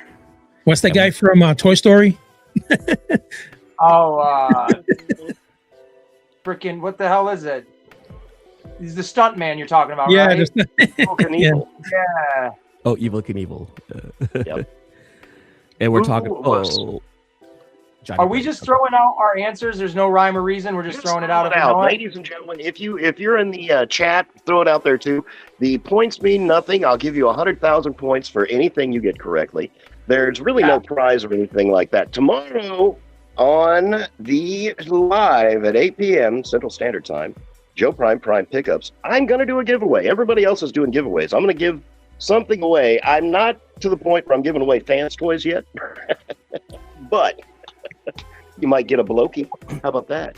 That's Giveaways. my goal too. Speaking of that, speaking of the blockies, blokies, however you pronounce them, Michael, yours are on their way. They should be to you hopefully by Monday. I have the tracking. I should have sent that, but I'm a bum. bada boom. Looking forward to it. Yeah, man. Yeah. Here we go. My What did blockies. Daredevil's... The blockies are great. Whoa. What did Daredevil's father do for a living? He was a boxer. Oh, there we go. Yeah, we all knew that one. Mhm. This one's kind of interesting. Which of Captain America's enemies is the French master of kickboxing? Batroc the Leaper? No, not Swordmaster. What? Say it again. Yeah. Which of Captain America's enemies is the French master of kickboxing? Is it Batroc the Leaper? Is Batroc the Leaper? Wow. 100 points for Nice. you. Who supposedly killed Black Tom? Black Tom. That's Juggernaut's partner, right? Yes, Black Tom I think that would Cassidy, be. yeah. GSP. Jonathan. I don't even know. Penance. Whoop. What does it say? Penance. Penance. Penance. I like Ah. GSP as the answer from Jonathan, but that does not get you points, Jonathan. You're still at 200,000. Jonathan wins everything. From here on out, if Jonathan gets points, they're deducted. He goes into negative points. Jonathan knows too much. You're finally going to be penalized. You're on my show. You're going to be penalized for that big brain. Who did the symbiote join with to create Venom? And Brock. Brock. There we go. There's B, TSK, NWSH, and AV. Maybe it's advanced, and these are your different levels because it gets kind of hard. What mutant team did Val Cooper manage for a while? We just watched a series. X-Force? New Mutants. I think Val Cooper was. You're very close. X-Factor. There X you Factor. go. Yeah, that's what I was thinking too. Who's Alex Summers? Scott Summers' Isn't brother. Yeah. Havoc. There you go. Havoc. I was Havoc. going to say There you Banshee. go. Havoc. Oh, this is an interesting one. What is Spider-Man 2099's brother's name? Greg, no, his name is Miguel O'Hara. Give me the points. I am I your have no father's idea. brother's uncle's neighbor's next door roommate. You're Right? over. It was How far in the Gabriel. series did 2099 get into? I don't know, but I like the animation in that. Me too. Is there a long in series for Spider-Verse. Spider-Man 2099? Oh, there's a whole bunch, dude. oh, yeah. There's Is a there? Hulk Yeah, there's a whole 2099, there's 2099, Ghost Rider 2099. There's a whole bunch. I remember gotta- the first issue, but I don't know if it actually went into a series. I got a buddy. Oh, in the yeah. I got a buddy in the comic book community who's like all about 2099. Anything 2099, he adds to his collection. Like that's his thing. Like even if it's like a dollar bin book, that's just his thing. And It's cool he stuff. enjoys finding anything 2099. Yeah. Oh, right. Let's see. Who did Maggot stop Sabra from killing? Sabra. Maggot? Yeah. Man, if your name is Maggot, you should probably be the one that's getting killed. I don't know. I just watched a deal about him the other day. He's got the living maggots that come out of him, and yeah. Nah, that tells No me he clue. needs to take a shower. Yeah. Joseph. Thank God he stopped him from killing me. Yeah, right. We wouldn't have Joe Prime. Didn't even know. The answer was Joseph. Yeah, Joseph, whatever. Yeah. I don't know. That is like so obscure. Right. For real. Which hero is described as incredible? The Hulk. There you Iron go. Man. Hey, 100,000 I don't know. points. There's Incredible Iron Man. There's Incredible Hulk. There's Incredible himself. That is true. The Incredibles. The Incredibles, they're all incredible by themselves, individually. Yeah. See, that question right there. I have issues with that one right there. How many arms does Spiral have? Oh, 6? Spiral. Yeah. That's a big chick. She's a chick, but I don't know, like big Yeah. chick. But I want to say she's got like 6 or 4. I thought it was 6. Maybe it's even 8. We'll just stick with 6. There we go. Gong? Are we doing That Mortal was my Kombat gong. now? E-Man versus Ace's Place. Right. What you guys see? Just victory, fatality. Oh yeah. No, Joe, you're right. We're just sitting there in our like ready to fight stances, and we're just kind of rocking. Where's it? what heroic group is Starhawk a member of? Starhawk. The Guardians? Guardians, There right? you go. Yep, Yeah. Guardians of the Galaxy. Boom. Which X-Men villain claims to be, but is not, Cyclops' father? Star Jammer guy. Cable. No, That's Or a no, that's villain, a though, son. right? Never that's, mind. that's actually his son. Yeah, Mr. you're right. Sinister? His dad. Apocalypse. Is it No. But it's a thought- villain who says it, right? Quasar? Well, you got to think, who is like one of the most manipulative people in that whole little X-Men Mephisto? villain cast? Mephisto. Mr. Sinister. Oh, Sinister. Mr. Sinister. There you go, Mr. Sinister. Boom. Who or what is Moonraker? And if you answer Sean Connery's movie, I'll James accept that as Bond. well. James Bond. That's my answer. Moonraker. That's the guy that gets the really crappy job and he has to go rake the moon. I have no idea. So even though I'm a comic book guy, I don't really read Marvel, which is really weird. I'm a Marvel guy, but I can't ever say I'm a astute. I know it all. Like, no, man, I'll let my showcase of Idiocracy show right here, right now. Yeah. Jonathan Rowe spirit with or Roger soul Moore. That's right. The spirit or soul of Gustav Brandt. Oh yes, my good friend Gustav. Gustav, who didn't? Yeah. Oh, okay, here you go. Which X-Men has a white stripe down the middle of her hair? Rogue. Rogue, right? There you go. No. Plus 100 points if you can tell me which He-Man character has a white stripe down it. Skunkor? Stinkor. For some reason, I always say Skunkor, dude. I don't know why. Stinkor. I'll give my points away that I just earned to whoever Okay. can tell me what character has the same body mold as the original Stinkor in the He-Man line. Boss man. Nope. From the new He-Man line? Nope, it's from the original. They both shared the same body type. They just colored one different and then added the Skeletor. He had 3 toes. The guy, the space guy. Nope. That guy who fly, he's like from outer space. He has like a gray helmet. Nope. Oh. Does it seem like? Or what about I was gonna say It's all that our, motorcycle guy. he's the most iconic. It's Merman. Oh, is it? Oh. Yeah, so Merman and Samsonite. Stinkor, they share the same body type. They just gave Stinkor a chest plate and then colored him black and white. Huh, very cool. Yeah. If you didn't know Who that, is you're this- kind of stupid. Gosh. Right, God, guys.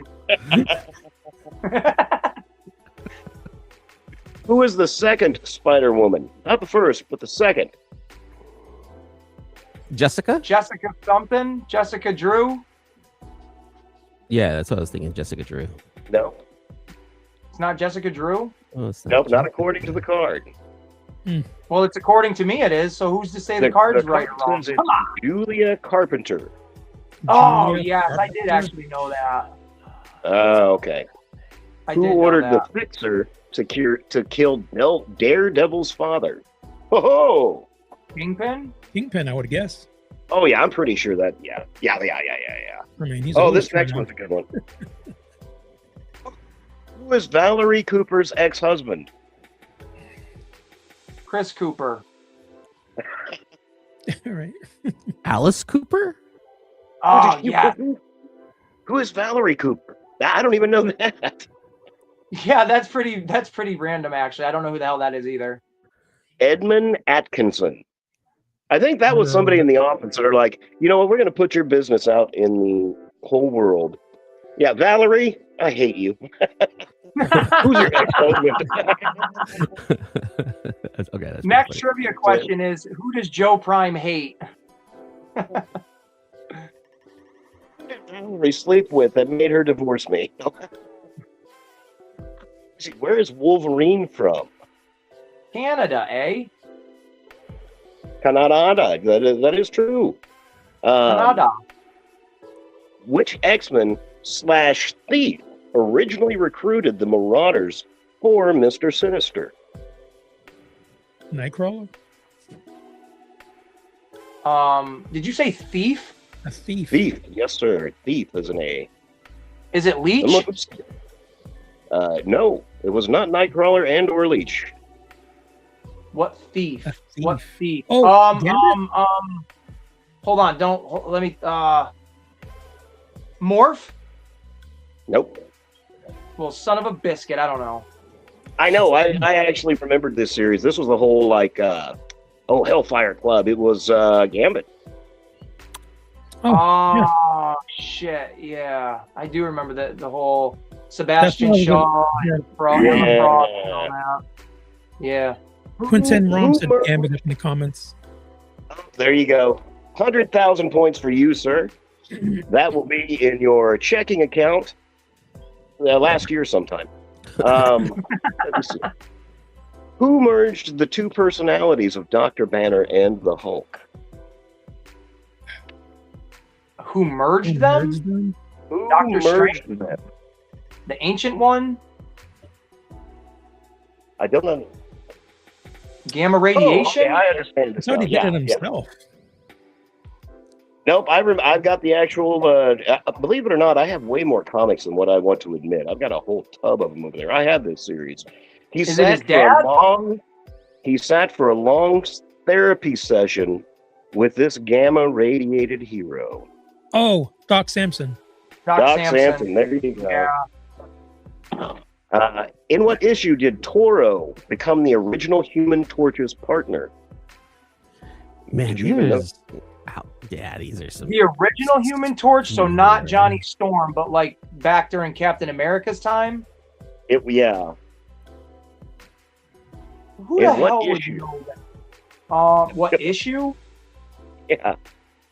I'm having an issue thinking about it. I'm gonna say What issue 16. How the heck am I gonna know? And what was the month of that issue?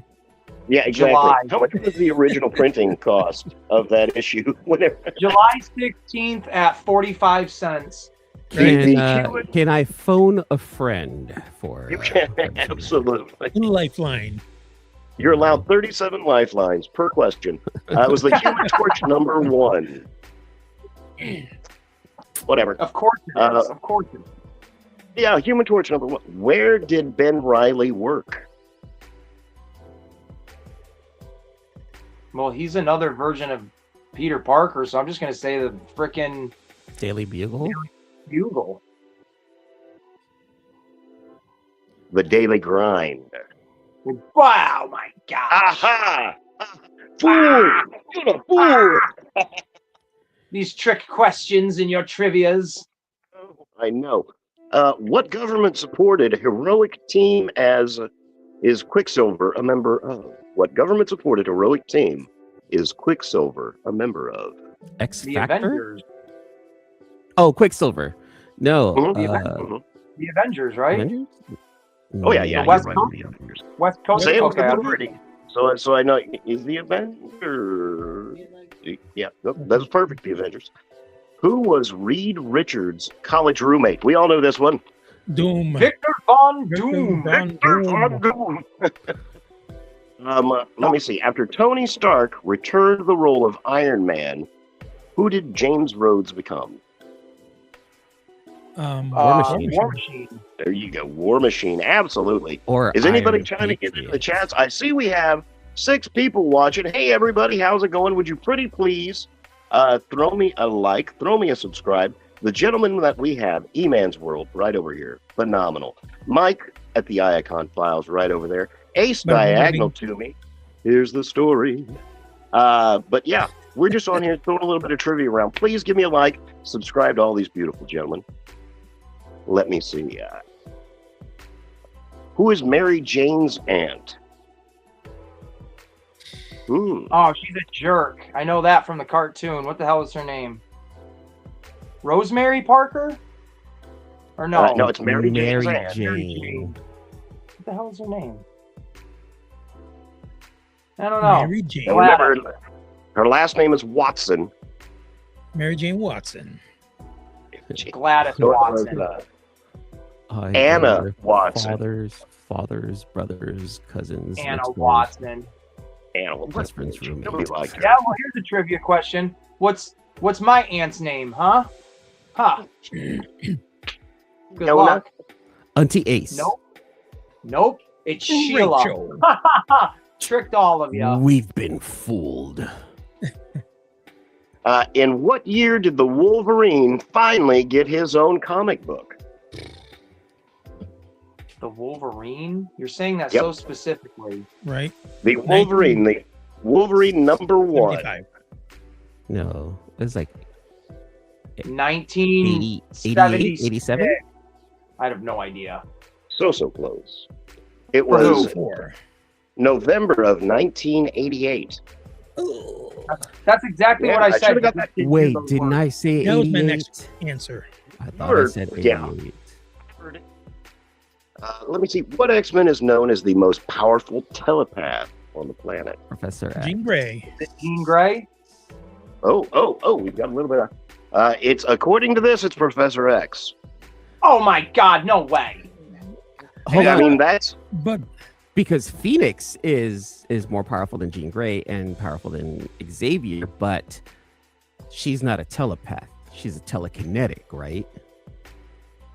Well, I'm gonna telephone my friend and complain about this later. I don't. This is just outrage. Absolute shenanigans here. Ace is not happy. I call shenanigans because in X-Men 3, which most people don't want to talk about, myself included, Jean Grey kills Charles Xavier. Ooh. Spoiler. God. Dun dun dun. Yeah, man. Sorry, 26 sorry, years later. the thing sorry. with I'm sorry. the thing with Great. movie Now I can't movie- watch that movie. Thanks, Ace. Ruined. the thing with on-screen movies though, they always change them. Completely. Like if you follow comics, like you almost never want to watch a movie that comes out because they always change it. I mean, here's the You're- thing. yeah. They should, because if you want to watch that specific comic book, then just read the comic book. It's much better, you know. Even the Russo I said agree. that when they were making Infinity War and Endgame, they're like, well, it's gonna have elements of the Infinity Gauntlet, but if you want the Infinity Gauntlet, read the Infinity Gauntlet. You know? Yeah, the only thing- books are always better. I think everybody agrees the books are always better. But when Yeah, and to see I don't that want to come get to off life, track. though, it's a different experience. I definitely don't want to get off track, but my biggest thing with just changing things about movies from comic book characters is my only example is changing their voices. And I know that might sound weird, but Dr. Octopus was always portrayed as like a German or a European kind of guy with, you know, a European accent, whether it was a cartoon or video game, and just the way he was designed and stuff. So when they made Spider-Man 2 and they brought Alfred Molina in to be Doc Ock, I thought that was amazing because, yes, he's not German or something like that, but he does have like an English, I think, accent or something like that. In the movie? Oh, No, in real life, Alfred Molina has like an accent. I personally think, just as a character choice, it would have been really cool if a guy named Dr. Otto Octavius had an accent in the movie. And again, it's nothing that changes the narrative. It doesn't change a single thing about the story. But just for me, though, that's like the things that, man, don't change that.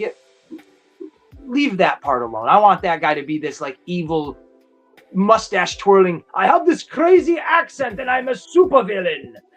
And I just think it would have been cool. It would have added to his own character, you know, whatever. But other than that, it's a weird nitpick. But back to the trivia. I'm an idiot.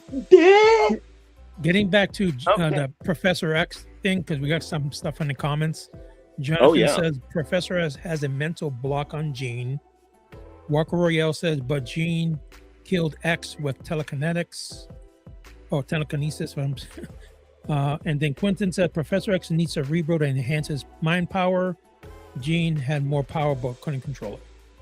I love this. I love that there's like divisive thoughts and stuff on this, and we can all kind of agree that, you know, it that's fun. Nerds. Yeah, man, it's true. Yeah, I mean, that was my initial thought, because I'm like, Professor X had the blocks on her, but she was younger and didn't have control of her powers whenever he put those blocks in place. So, once she grew into her power, I think she would have been the more powerful telepath. That's my thought too. Do you guys think, and you know, just to say this real quick, the Scarlet Witch in the movies, do you think they made her way too powerful, or do you agree with her power level there? I agree with it, only because in movies, this is my own thought, it's super hard for me to dictate what is overpowered and who is more powerful when both people have these crazy overpowered to begin with super abilities. So is she overpowered, or is she given the exact amount of energy or strength she's needed based on the hero she's fighting? Like, would she be overpowered compared to Iron Man, or was she at the right level compared to Doctor Strange? Me personally have a hard time, because in the first Avengers movie, Thor should have just wiped the floor clean with Captain America and Iron Man in their first little, you know, fight. But he's not. It's an even match, which is strange. Yeah. So I think she was fine for what she was needed as. I like what they're doing with her. I like what they're doing with everyone, because it still keeps their character intact, but they do change something different from the comics, because they need to differentiate the difference between the characters in the comics and in the movies enough so that, hey, they're slightly different from someone that I know. Let's get to know this version of the character. I don't like it when something needs to be 100% exactly comic accurate, because again, going back, if I want something comic accurate, read the comic. Yeah, because that's my impression going from the show with Doctor Strange to the series WandaVision, which was magnificent. I love that. I don't know if you guys got to see that. So yeah, WandaVision was great. beautiful. And, Yeah. but her powers stayed. I mean, she was immensely powerful. And then, whenever you say, was she overpowered? I'm like, could she create an entire city? Could she brainwash an entire community? Could she? Yeah, I think she could do that. That's the level her power was at the end of that last movie. Yeah. Yeah. The power of Especially that in the last comic. movie seemed like she could have Well- just destroyed the entire Avengers Endgame by herself. Everybody going on Right, vacation. and- We'll take care of And it. in the comics, she gets so enraged and so mad that she unleashes all of her energy and reverses the world basically and turns everything into mutants and humans are enslaved. So she can, depending on what the narrative is needed for her powers, she can absolutely, in my opinion, change the landscape of the universe to a degree. I mean, if they're gonna go that far and do it in the comic book, then yeah, her brainwashing a tiny little town of maybe 60 people or whatever, I can absolutely see that being realistic. Let me air quote that, realistic.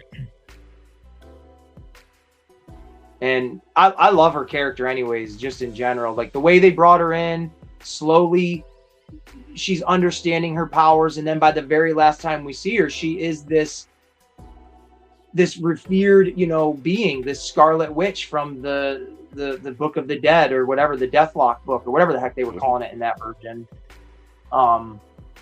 So yeah, I liked it. Isn't Scarlet Witch and Quicksilver Magneto's kids? Yeah. Yes. In the comics. Yep. Yeah. Yeah. Okay. Yeah. All right, let's get away from the Scarlet Witch. What holy country is Sabra from? Am I saying that correctly? Yeah. Latveria? I don't know. It's a holy country. Mm, Jerusalem? Israel? Israel, yeah. I get those points. Macau? I get those points. I get those points. I have no idea. 1,000 points I to said you, it man. I said There it you go. first. You'll be paid in Bitcoin. I Ladies am and on the gentlemen. board with 23,000 points. That's Yes. right. What year was Steve Rogers born? I want to throw out a guess. I'm going Oh, to say 43. That's my guess. You're going to say he was born in 43? 1943. Yeah. I'm just going to put science to Oh that. no, he has to be. He has to be older than that, doesn't he? you have to be 1925. Yeah. older at least to be in World War II or Yeah. one. I'm or going to whatever. say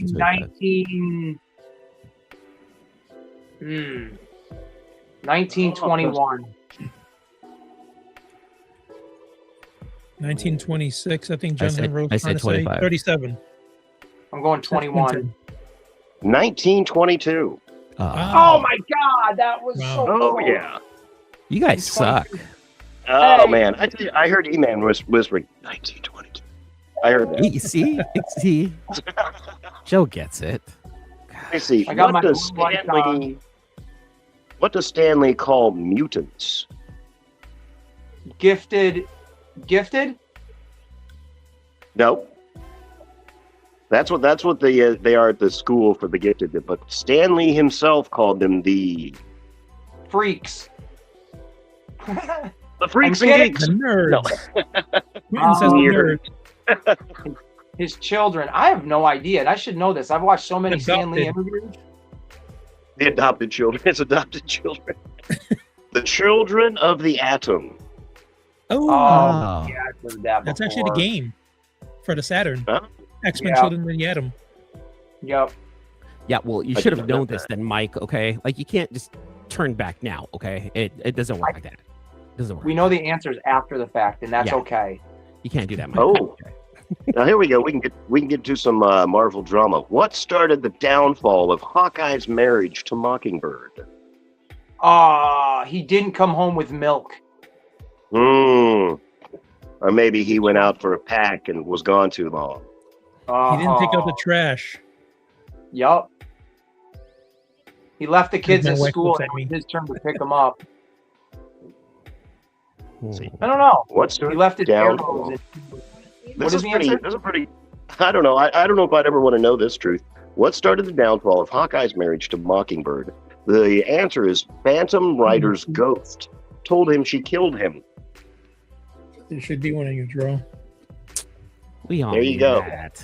The Phantom Rider said, "Hey, she's gonna kill you, buddy." That would throw a big chink in my marriage.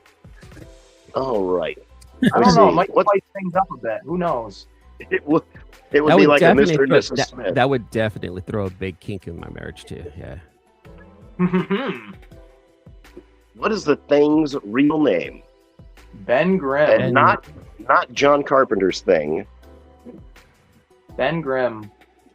Ben Grimm. There we go. We all know that one. I like this one. I was actually looking at this the other day. What team was Cannonball first affiliated with? Cannonball. Damn. Like that artist that did those, what was it, early 2000s? And I'll throw out the name X-Force. That's who he was. Quentin says Weapon X. I was thinking X-Force, but I thought that would be too obvious. X-Force Royal. I liked that artist. That McLean, I think, was the artist that did those books. Whatever X-Force, the first set of them. Let me see. Who was Daredevil's true love? Elektra? I forget. Elektra? No, evidently not. Unless Elektra's name is Karen Page. Oh my God! Screw Karen Page. My lord. Oh. I know. I don't even know who Karen Page is. Karen Page. Oh, you don't watch the TV show then, do you? She's in the show. I've been trying to, but I've been watching so much other junk that I haven't had time to get up to that one. It's on the list. She is Daredevil's squeeze, but man, I think Elektra immediately. Yeah, I think Elektra immediately too. Yeah, I always thought Elektra though, you know. Yep. Again, shenanigans. How did Sunfire get his powers? He ate a spicy sunflower seed, of course. He had some proton soup. Yep. I think you waited. You have to go to a nuclear power plant in Ontario. That's where all the superpowers start. Oh man. How did Sunfire? He's an X-Man, isn't he? So like. Oh yeah, Sunfire. Remember how old Sunfire is now too. That's what I was gonna say. When he hit puberty or something, probably. I don't know when the mutagen, or not mutagen, but the mutant gene kicks in. Yeah, Sunfire. I have a couple of these early Captain America episodes or comics with Sunfire in them. But he got his power from the effects of Hiroshima. Oh, I didn't know that. Yeah, that's cool. At least one person benefited, you know. Sorry, too soon. Too soon. I apologize. No, it's not. No, it's not. It's. I'm offended. I'm not sure how, but I'm somewhere inside of me. I'm offended. To all the Hiroshima survivors that didn't get superpowers, I apologize. He doubled down. Who was the first artist to draw Wolverine? Jim Lee. Todd McFarlane? Nope. It's not Jim Lee. Rubenstein. John Romita. Oh my God, John Romita. Oh, John Romita. Freaking. He's John Stamos' cousin. I think of that. No, I don't know that. That's not true. That's not true. I'm just making up facts at this point because I'm holding the cards. Why is Sabretooth so hard to kill? Regenerative powers. Okay, regenerative powers. Okay. I'm saying it's because of his can-do attitude. That's what I was going to say. Something similar. Of he refuses to die, so he just doesn't. Well, yeah, obviously it's his healing factor. There we go. Yeah. Power of Who will. sponsored Hawkeye as an Avenger? Who actually vouched for Hawkeye? Like to get him on the team? Is that what that question's referring to? Yep. To get him on the Avengers. Black Widow? No, surprisingly not. And I think this was something that was in a cartoon because I kind of remember the Avengers cartoon having this happen. It was Iron Man. Oh. Who is nicknamed the Blue Elf? The Blue Elf. I would guess Nightcrawler is the only one that comes to my There mind. you go. Right, That's that's it. exactly what I was thinking, but I was like, I don't know if I've ever What heard is of it. Huh. Yeah, the blue. It makes sense, I guess. You know. It does, but it's what not immediately. That's funny. What is Bucky's real name? James Buchanan. Close. What is it? James Barnes. Oh, I thought it was. Who the fuck is James Buchanan? A guy? I think James Buchanan was a president or a presidential candidate. Didn't we have a President Buchanan? It sounded politician, so. Wow, man, that's like a deep memory core unlocked of not knowing what the hell I'm talking about, but knowing something. Ace was transported to 6th grade civics. For real. Last one here, and it's not the popular answer that you might think. Who founded the right? Who founded the right? Who founded the right? Who do we have to blame for all of this right now? I think I used my political answer on the last question. I don't know. The right. Howard Taft. No. It James was Garfield. Cameron Hodge. Whoever Cameron Hodge is. It's all his fault. All right, I tell you what, we have been on over 2 hours now, and I appreciate you guys so much for being here with me. Everybody in the chat, I'd like to take a chance to say hello to you. I'm sorry if I press a button, I'm gonna Hiroshima everybody, and nobody will get superpowers. I love it. Great. This is the stupidest question. What's Absorbing Man's powers? Oh, he can what is it? He's like a sponge. I can't think of the word. Someone help me. You know, it's like where you touch something and you can draw. He sucks things up. Whoa, family show. He sorry. absorbs. That's true. Just by touching it. So you know, Jubilee was transferred from the X-Men to what other team? We got some fans here. This other team. Oh yeah. Nope. X Factor. Nope. Excalibur. Before that. Executioners. Oh, Alpha Flight. I don't know. X-Wives. No, it was the Generation X. Oh, Generation X. That's right. I even have that comic too. I have. Oh, this is a good one. Who was the very first mutant? Can this one be argued? Apocalypse? Is that what we're basing it on? Abin Sur, whatever the hell his name is? Y'all got it. Yeah, that's right. Everybody's in concurrence. It was Apocalypse. Where do Spidey and Daredevil like to meet? And it is not the Blue Oyster Bar and Grill. Family was watching. Gordon Ramsay's restaurant. Empire State Building? Hell's Kitchen? No. Gordon Ramsay's kitchen. Atop the Brooklyn Bridge. Oh. Who doesn't like him? I meet him there every now and again. What member of the Avengers West Coast wrote a screenplay about the Avengers? Wonder Man? Yeah, right? Oh, that's a good guess right there.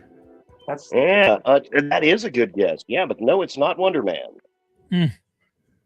Was it U.S. Agent? He was part of that, right? That group? Yeah. Hawkeye? No. What is I would say lesser known, but still a member. It was the Wasp. The Wasp. I knew that. Telltale whistleblower. Freaking Jane Van Dyne or whatever her name was. She did have a cool name though. Where's the Black Cat from? New York? Brooklyn? Well, you got the first part's right, but it wasn't Brooklyn. It was Harlem. No, I guess there's more parts. Queens. Yep, start naming off. That's right. She was the Queen of Queens. Why were the Sentinels created? My personal guess is to reach stuff on the top shelf. To make that's a good guess. A reality. To Bolivar Trask made them to just exterminate the mutants. I don't know. There you go. I don't even need to see the answer. We know that they were made to squash mutants. What is cable's main power? Time travel? No. I thought it was like, I don't know, I could be wrong, but like I thought it was like absorbing and redirecting power or something. Nope. Isn't it something to do with his virus? Walker Royale says telekinetics.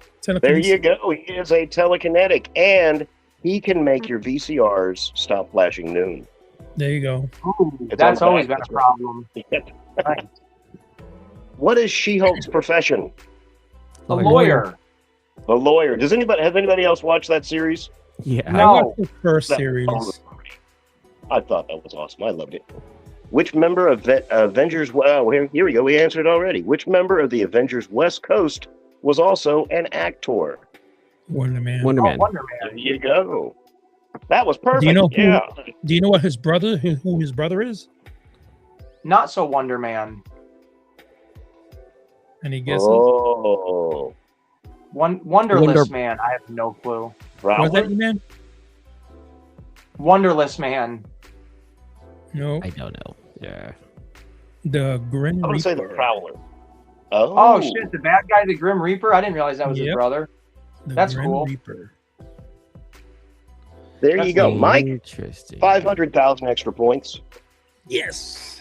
That's right. That's right. And you're going to be paid in IOUs from my daughter. So Very nice. Score. isn't that nice? Yeah, she's got. I'm going to tell her tonight. Get to work. Got 500,000 of those. What color are Captain America's eyes? Blue. Blue. Yeah, we all know they're blue. What does MAREL use as weapons? They're bones. Sharp bones that she pulls from her body. And here we go. Here's a Michael one.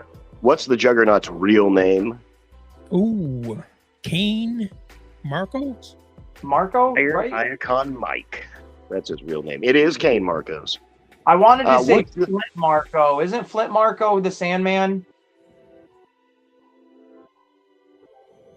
Who the hell is Flint Marco? There's a Flint Marco too. That's what I wanted to say, but yeah, Sounds you like got G.I. it. Joe. Hmm. There, no, did somebody know? Is it in the chat? Clayface? Maybe it was a Clayface. Oh, I'm drawing a Marco. blank. Sandman. Who was the Sandman? Yeah, right. Wasn't there there was either a Sandman or a Clayface. One of them had the last name Marco. Polo. There you go. That's who it was. What is the name of the Inhumans city? The moon. The moon. Yeah. What was the What I name thought of they the were. moon? I forget. Luminera. I don't know. Oh, it's got a What did you- specific name. What Luna. does it start with? I'm gonna try. It starts with an A. Aspartame. Aspartame. You can go there. It tastes sweet, but you don't gain any weight. Atalan. It is That's Adelan. There you familiar. go. There you Atalan. go. There you go. I I had to heard you think about it. I'm typing. like, I know I this. heard you I know. typing over there. That's why I try and show both my hands here. What do you think of let me the see. Humanoid series though? Was that a flop or That was a big flop. Oh, Inhumans? That was a big flop. Yeah, it was I a was big so old pissed flop. off at that. I love Black Bolt too, but man. Yeah. I wouldn't have called it a waste of time to watch the movie. It was interesting, but yeah, no. Who is Loki's father? Is this a trick question Bifrost answer? guy. King of, Yep, King yep, of the yep. Jotunheim. It's Lofi, right? Laufey? Lofty, yeah. However you say his The name. strongest giant king of Jotunheim. Yep, absolutely. How did that work? What? Oh, well, yeah, he found him out on the battlefield and all that stuff, so. Came the adopted son. Ice Giants. I'm calling, what's family services? Call family service on them Ice Giants. Let me see. What horn-headed hero is Elektra in love with? Wait. Well, I guess you're saying Elektra's in love Hellboy. with. Let me The guess. Hellboy guy. Ron Hellboy. Perlman. Horn. It has to be Loki. That's the only What obvious was- one. I heard what was the Mephisto. four-headed person? Is that that's what I heard. See, The so we largest got the forehead. other one. We got the other one twisted where we thought Elektra was Daredevil's love, but Daredevil is Elektra's love. Okay. Yeah. It's unrequited. You see, an only white suit, is the one that she loves. I don't know. I just made that up. What is Meltdown's real name? Peggy Sue. Mm. Well, you're pretty Meltdown. close. It is a woman. It is a female. I'll give you that. All right, I'm not meaning to offend anybody, but having a woman and having her named Meltdown, that's risky business. That's risky business. My girlfriend. That's her name. It is Tabitha Smith. Tabitha. So that could pretty much be anybody. Right. That's Insert name here. John Smith's sister, Tabby. What What's member up, of the Stormy? Serpent Society did Captain America have a romantic relationship with? We're airing everybody's dirty laundry. Viper? It's the only chick. Right? Wouldn't it be funny if it wasn't? Is that who it is? No. No? Says Diamondback. Diamondback. Okay. Yeah, I was like, well, Bushmaster's a guy. Copperhead's a guy. Constructor's a guy. Or Constructor. Yeah, I think that's his name. Diamondback. I would All rather right. have been one of the dudes. That would have been great. How That would've been fast can the scary. third... Hey, alternate universe. Everything is possible. How fast can the third Captain Marvel, Monica Rambeau, fly? Through time, through the fast, really fast, faster than the other two. I don't know. She can fly at light speed. Her name is I don't know if that's a Proton. quantitative factor, but what was the name of the comic that introduced Nick Fury in 1963? Sergeant Agents of Rock. S.H.I.E.L.D.? Nope. It wasn't Sergeant Rock. Nope. The Hell Fury. What the hell were they called? Boom Boo, or what was his Dum Strange Dugan? Tales? Yeah, Dum Dum Dugan. What was his group called though? The Hellhounds Yeah. or something like that? Wait, You're so Howling close. Commandos. The There Howling you Commandos. go, Commando, sir. yep. That's what it Absolutely. is. Sergeant Fury and his Howling Commandos. Yes. All right. Well, I tell you what, guys, we got about 10 minutes left. We've been going on for, it'll be 2 hours and 30 minutes in about 12 minutes. Is there anything anybody's got coming up that you'd like to talk about in this last few minutes? I'm triviaed out. We did quite a bit out of that. Yeah. Thank you. Thank you guys for spending your Saturday with me. I appreciate you so much. Bada boom, You're bada bing. welcome. I've got my daughter repainting the house. We got the pressure washer going. She's out there right now spraying down the side, getting all the. So she's hard to work while Dad's sitting in here playing and goofing off. And I'm joking. I'm joking for anybody that doesn't. Go do doesn't chores know, while I'm I go joking. do something important, like hang out with my friends Right. online. So no, I just got that toy show I'm going to tomorrow that I go to once a month. It's local to me. Joe Prime, specifically for you. I will be looking for stuff. Like I said, I plan on going live while I'm there just to make it a little bit more of an interesting video than the usual stuff I do. But I will be hunting specifically for some stuff for Joe Prime and our mutual friend Hinderer Collector for some future trades and stuff like that. But other than that, that's all I got going on right now. Bada boom, bada bing, man. All right. E-Man, did you fill your notebook with inspiration for your next video? Do you You feel know what? inspired? Have we I lit totally that fire? Yes, actually, I totally do. My fire has been lit. So yeah, I'm gonna go ahead and work on that video that I talked about earlier today, where it can get overwhelming creating videos, and I think we need to talk about that. And then once I'm done with that, then I'm gonna go in and review the all of the Transformers that I have. I'm also working on some lore videos that are coming out. Quite a few. Like, hey, did you know? like for example, the Rainmakers. Like who knows about the Rainmakers? Only real Transformer fans know about them. But what about the casual fan? Let's go ahead and tell them who the Rainmakers are. There So that's you something that go. I'm working on. And then I have a couple of comparison videos that are coming up. And then every Friday, of course, I have the Confabulation at 12 p.m. Pacific, 3 p.m. Eastern, live here on YouTube, where I just talk about Transformer news and drops. And I give people a comic capsule. Look, let me show you what. You got to check these out, Ace. These are pretty cool. I think you've gotten one before, haven't you, Michael?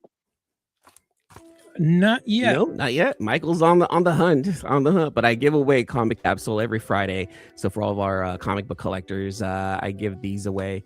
And then of course, like if you become a member on the channel, the Masterpiece tier membership, you get to win some really cool things. Like, let me see if I can close it down here. Masterpiece tiered members have a chance to win a Transformer and perhaps something like this. Ooh. There you go. Or perhaps something like this. Oh, that was a cool one right there. That's a cool one. Right there. Or even something like this. Oh, Nice. this one's really cool. This Real is from, Prime. this is actually from the Battlesea station in England. I was able to procure one of these. Good Lord. So yeah, Masterpiece tiered members automatically are eligible to win a monthly prize pack, which includes comics, comic capsule, and a Transformer figure, plus some other comics in my collection. So Right man, I do on. have a lot going on. Jeez, I better slow it down. I know. My I feel goodness, like man. that's insane. I feel like I have to redo my stuff just to make it sound as good as what he just did. But everybody knows what the hell I do. But man, oh man, Right props. there, Thank you, Ace. Walker Thank you. Royale said he won one yesterday. Oh, that's There you right. go. That's right. Sweet, man. Walker's in the house. Hey, what's up, Walker? The gift that keeps on giving right there. That's right. Hell yeah. All right. Captain Iacon Mike, what you got coming up, brother? Man, I got, Monday, I guess Monday we're going to continue with the 13 Primes with everybody. We got the whole panel, pretty much Marauders up in there. We got like 10 or so people that have been joining for the 13 Primes, but that thing has been on fire, man. Every time we do the 13 Primes, like everybody shows up. I'm like, I don't know what it is, and I didn't even, to be honest, I don't even have a lot of knowledge of 13 Primes. I think it was either Ryan Carter and Jonathan Rowe that suggested it. And I'm like, well, let me see what I can do. And I reached out to Chris. Chris, you want to be a part of the panel? I was like, yeah. Can I bring some people over? Of course, the more the better. Dude, he brought his entire family. So, yeah, it's been really awesome, man. It's been really good. And then, so that's Monday. Other than that, if I have an unboxing to do, I just go live. If a review, I go live. So the reviews and the unboxings are unscheduled. That just happens when it happens. I try to get on as much as possible. We hit our goal. I had the 500 giveaway for whoever helps the Icon Files get the most subscribers would win a Studio Cell broadside. So Ben Shepard won the broadside. He had like 31 people from his group. He's giving away free robot, which you can probably still be part of it if you go on Facebook Shattered Realm and sign into that giveaway. All you have to do is subscribe to Icon Files and screenshot it, and you're entered in. So he wanted to help me with that, and it helped a lot. And so we reached 500, we reached 600, we reached 7, 8, 9. So now the Icon Files is above 1,000 subscribers. Road to 1,000 for the Holy Icon. moly. But I feel like I need the Infinity Gauntlet for the 3,000 public view video hours or something like that. Hey, tell you what, man. Yeah, that's. I mean, the more power to you. But yeah, I've gone for probably about a year now, paying attention to the numbers, and I'm about 800 away. Wow. Yeah, it seems forever, man. I look at those numbers every day, and it barely wants to flip. It is a grind, 100%. I see that number like this. Turn, not today. Well, Captain Ace, what do you have going on, my brother? Nothing, honestly. I just got the videos that me and my kid recorded that are going to be, put them up for the week, probably tomorrow after she goes with her mom's. We're doing the toy show tomorrow. And then Friday, like usual, got the Ace in the Hole variety show live at 6 p.m. where we talk about a whole bunch of shenanigans and a bunch of pretty much anything. There is never a specific theme unless I plan on having a specific theme, but the chat's always open. There's always people that can pop on the panel and we can just talk about anything and everything, whether it's the toys, life, movies, or what did you have to eat today? It's pretty much anything is on the table. So that's pretty much all I'm doing. Just slowly just doing what we do. There you go. Absolutely. That July 19th, I did forget because that is kind of a bigger thing for my little channel. July 19th, there will be, I think we haven't figured out how it's going to stream yet. We do know it's going to be live. But my channel, Aces Place 22, and another friend of mine, Official Seafrost, we're going to be doing a co-host for an interview of an independent wrestler. His name is Doug Mallow. He, again, independent wrestler. He's got like 30,000 plus subscribers. He was very kind to accept our offering of doing this interview with him, and we set it up. We got all the questions and stuff ready to go. It's going to be July 19th. I believe it's Sunday at 3 p.m. Eastern time. And I don't know exactly what other times that's going to be for anybody else, but I do know he's going to be in California, so it's going to be like noontime over that way. So if you're over there, that'll be what you're doing. But it'll be I think it'll be a cool interview. I mean, he's got a background. Well, he's an independent wrestler. That's what his main thing is. Huge guy, like the body of Hulk Hogan, grinding every single day to accomplish his goals in life. So it's going to be cool to see somebody doing something different than just being us YouTubers and toy collectors. Somebody that's aspiring to be this huge icon, essentially.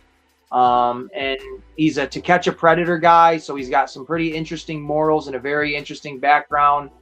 So it'll be very interesting to talk to him about that kind of stuff. So if you guys are interested in that, anybody's interested in that, July 19th interview with the epic Doug Mallow. So there you go. That's my biggest thing coming up. There you go. Absolutely. Throw out a little shout there to Seafrost if you want to catch some fantastic independent artists. Like what you were saying, E-Man. These guys aren't AI. They're out there spitting. They're recording their tracks. They're editing it. Independent, everyday guys. People I talk to in the chat that I swear to God should be platinum selling artists. Check out Seafrost. He's got some phenomenal artists there. Yes, sir. All right. And then I've got my deal tomorrow, Sunday night, prime pickups at 8 p.m. Central Standard Time. And I'm going to be popping on. Hopefully, I should be getting my Matrix. So I'm going to be unboxing that. That should be coming in today. The cool thing is about AliExpress is they're starting to give you averages on your expected delivery. Like I have an 88.6% chance that my item will be delivered today. So they're very specific. Does Temu have that? No. Well, maybe. I don't know. I've never seen anything like that. When I track my shipping, I don't even track it when it comes from Temu because I get the updates like every so often to where it's like, all right, it's moving. As long as it's moving, I don't really give a damn when it gets here, as long as it moves and gets here. So matter of fact, I just had a package that I got on eBay. It's not Temu, but I got it on eBay. Its point of origin was New Hampshire, which is only a few hours away from where I live. It left New Hampshire, was in Albany, New York, which is only about an hour away from where I live. And then I got an update that it went back to New Hampshire. And then I got an update today that it was in my town. So I genuinely sometimes don't really pay attention to a lot of the things because I feel like I'll drive myself crazy and I'll just let life happen as it happens. And then I'll be like, oh yeah, I ordered this and there it is sitting on my porch. I forgot all about it. I think I've said this before. AliExpress has local warehouses, and they'll load up these warehouses and they ship out from there now, which is cool because the average delivery time on my guys went from 2 to 3 weeks to 5 to 8 days. And that's really cool. And I also noticed that whenever some guy in a shady, blacked out Nissan Altima with one headlight missing and the door smashed in pulls up in my driveway, that's probably my AliExpress package. Oh, you found my car. That's right. My car. All right. Well, you know what? We have officially hit 2 hours, 30 minutes, and 45 seconds right now. If anybody has any closing words, anything that you would like to say, first and foremost, gentlemen, I thank each and every one of you for bringing your special brand of flavor to the Joe Prime Show. E-Man, you got the sauce. Ace, you got the nuggets. Mike down there, you are the cup that holds it all together, my man. Wait a minute. Hold on. Did you just say I have the nuggets? No, I said you are the nuggets. You are the nuggets. Okay, because I was like, hey, hold on. Wait a minute. All right. We're talking 10-piece here. Ladies and gentlemen, we're full-grown adults. We're doing a 10-piece. So there you go. Guys, thank you very much. Thank you for sharing your time with me. Thank you for playing the trivia with me. Everybody's a winner. There you go. Yes, awesome. And tomorrow, I will see you all then. And make sure, each and everybody that's here, if you would please, make sure you like, subscribe, hit the notification bell so you know when these fine fellows are going on with some fancy stuff, showing their beautiful wares. That's right, sir. I want you to twirl that parasol. I want to hear it. I want to see it. It's all good. You know what I'm saying? Ladies and gentlemen, boys and girls, friends and family, from the bottom of my heart, whatever you have going on, and I'm sure all these fellows agree, I hope it's the very best. Bye, everybody. I appreciate that. Thank you, guys, and all of you have a great night, and we'll see you back tomorrow for the Joe Prime Pickups. Cheers. That's right. Till all are one, gentlemen. Ladies and gentlemen, boys and girls, friends and family, it's time for Joe Prime. Hard about on the table, we gonna review it.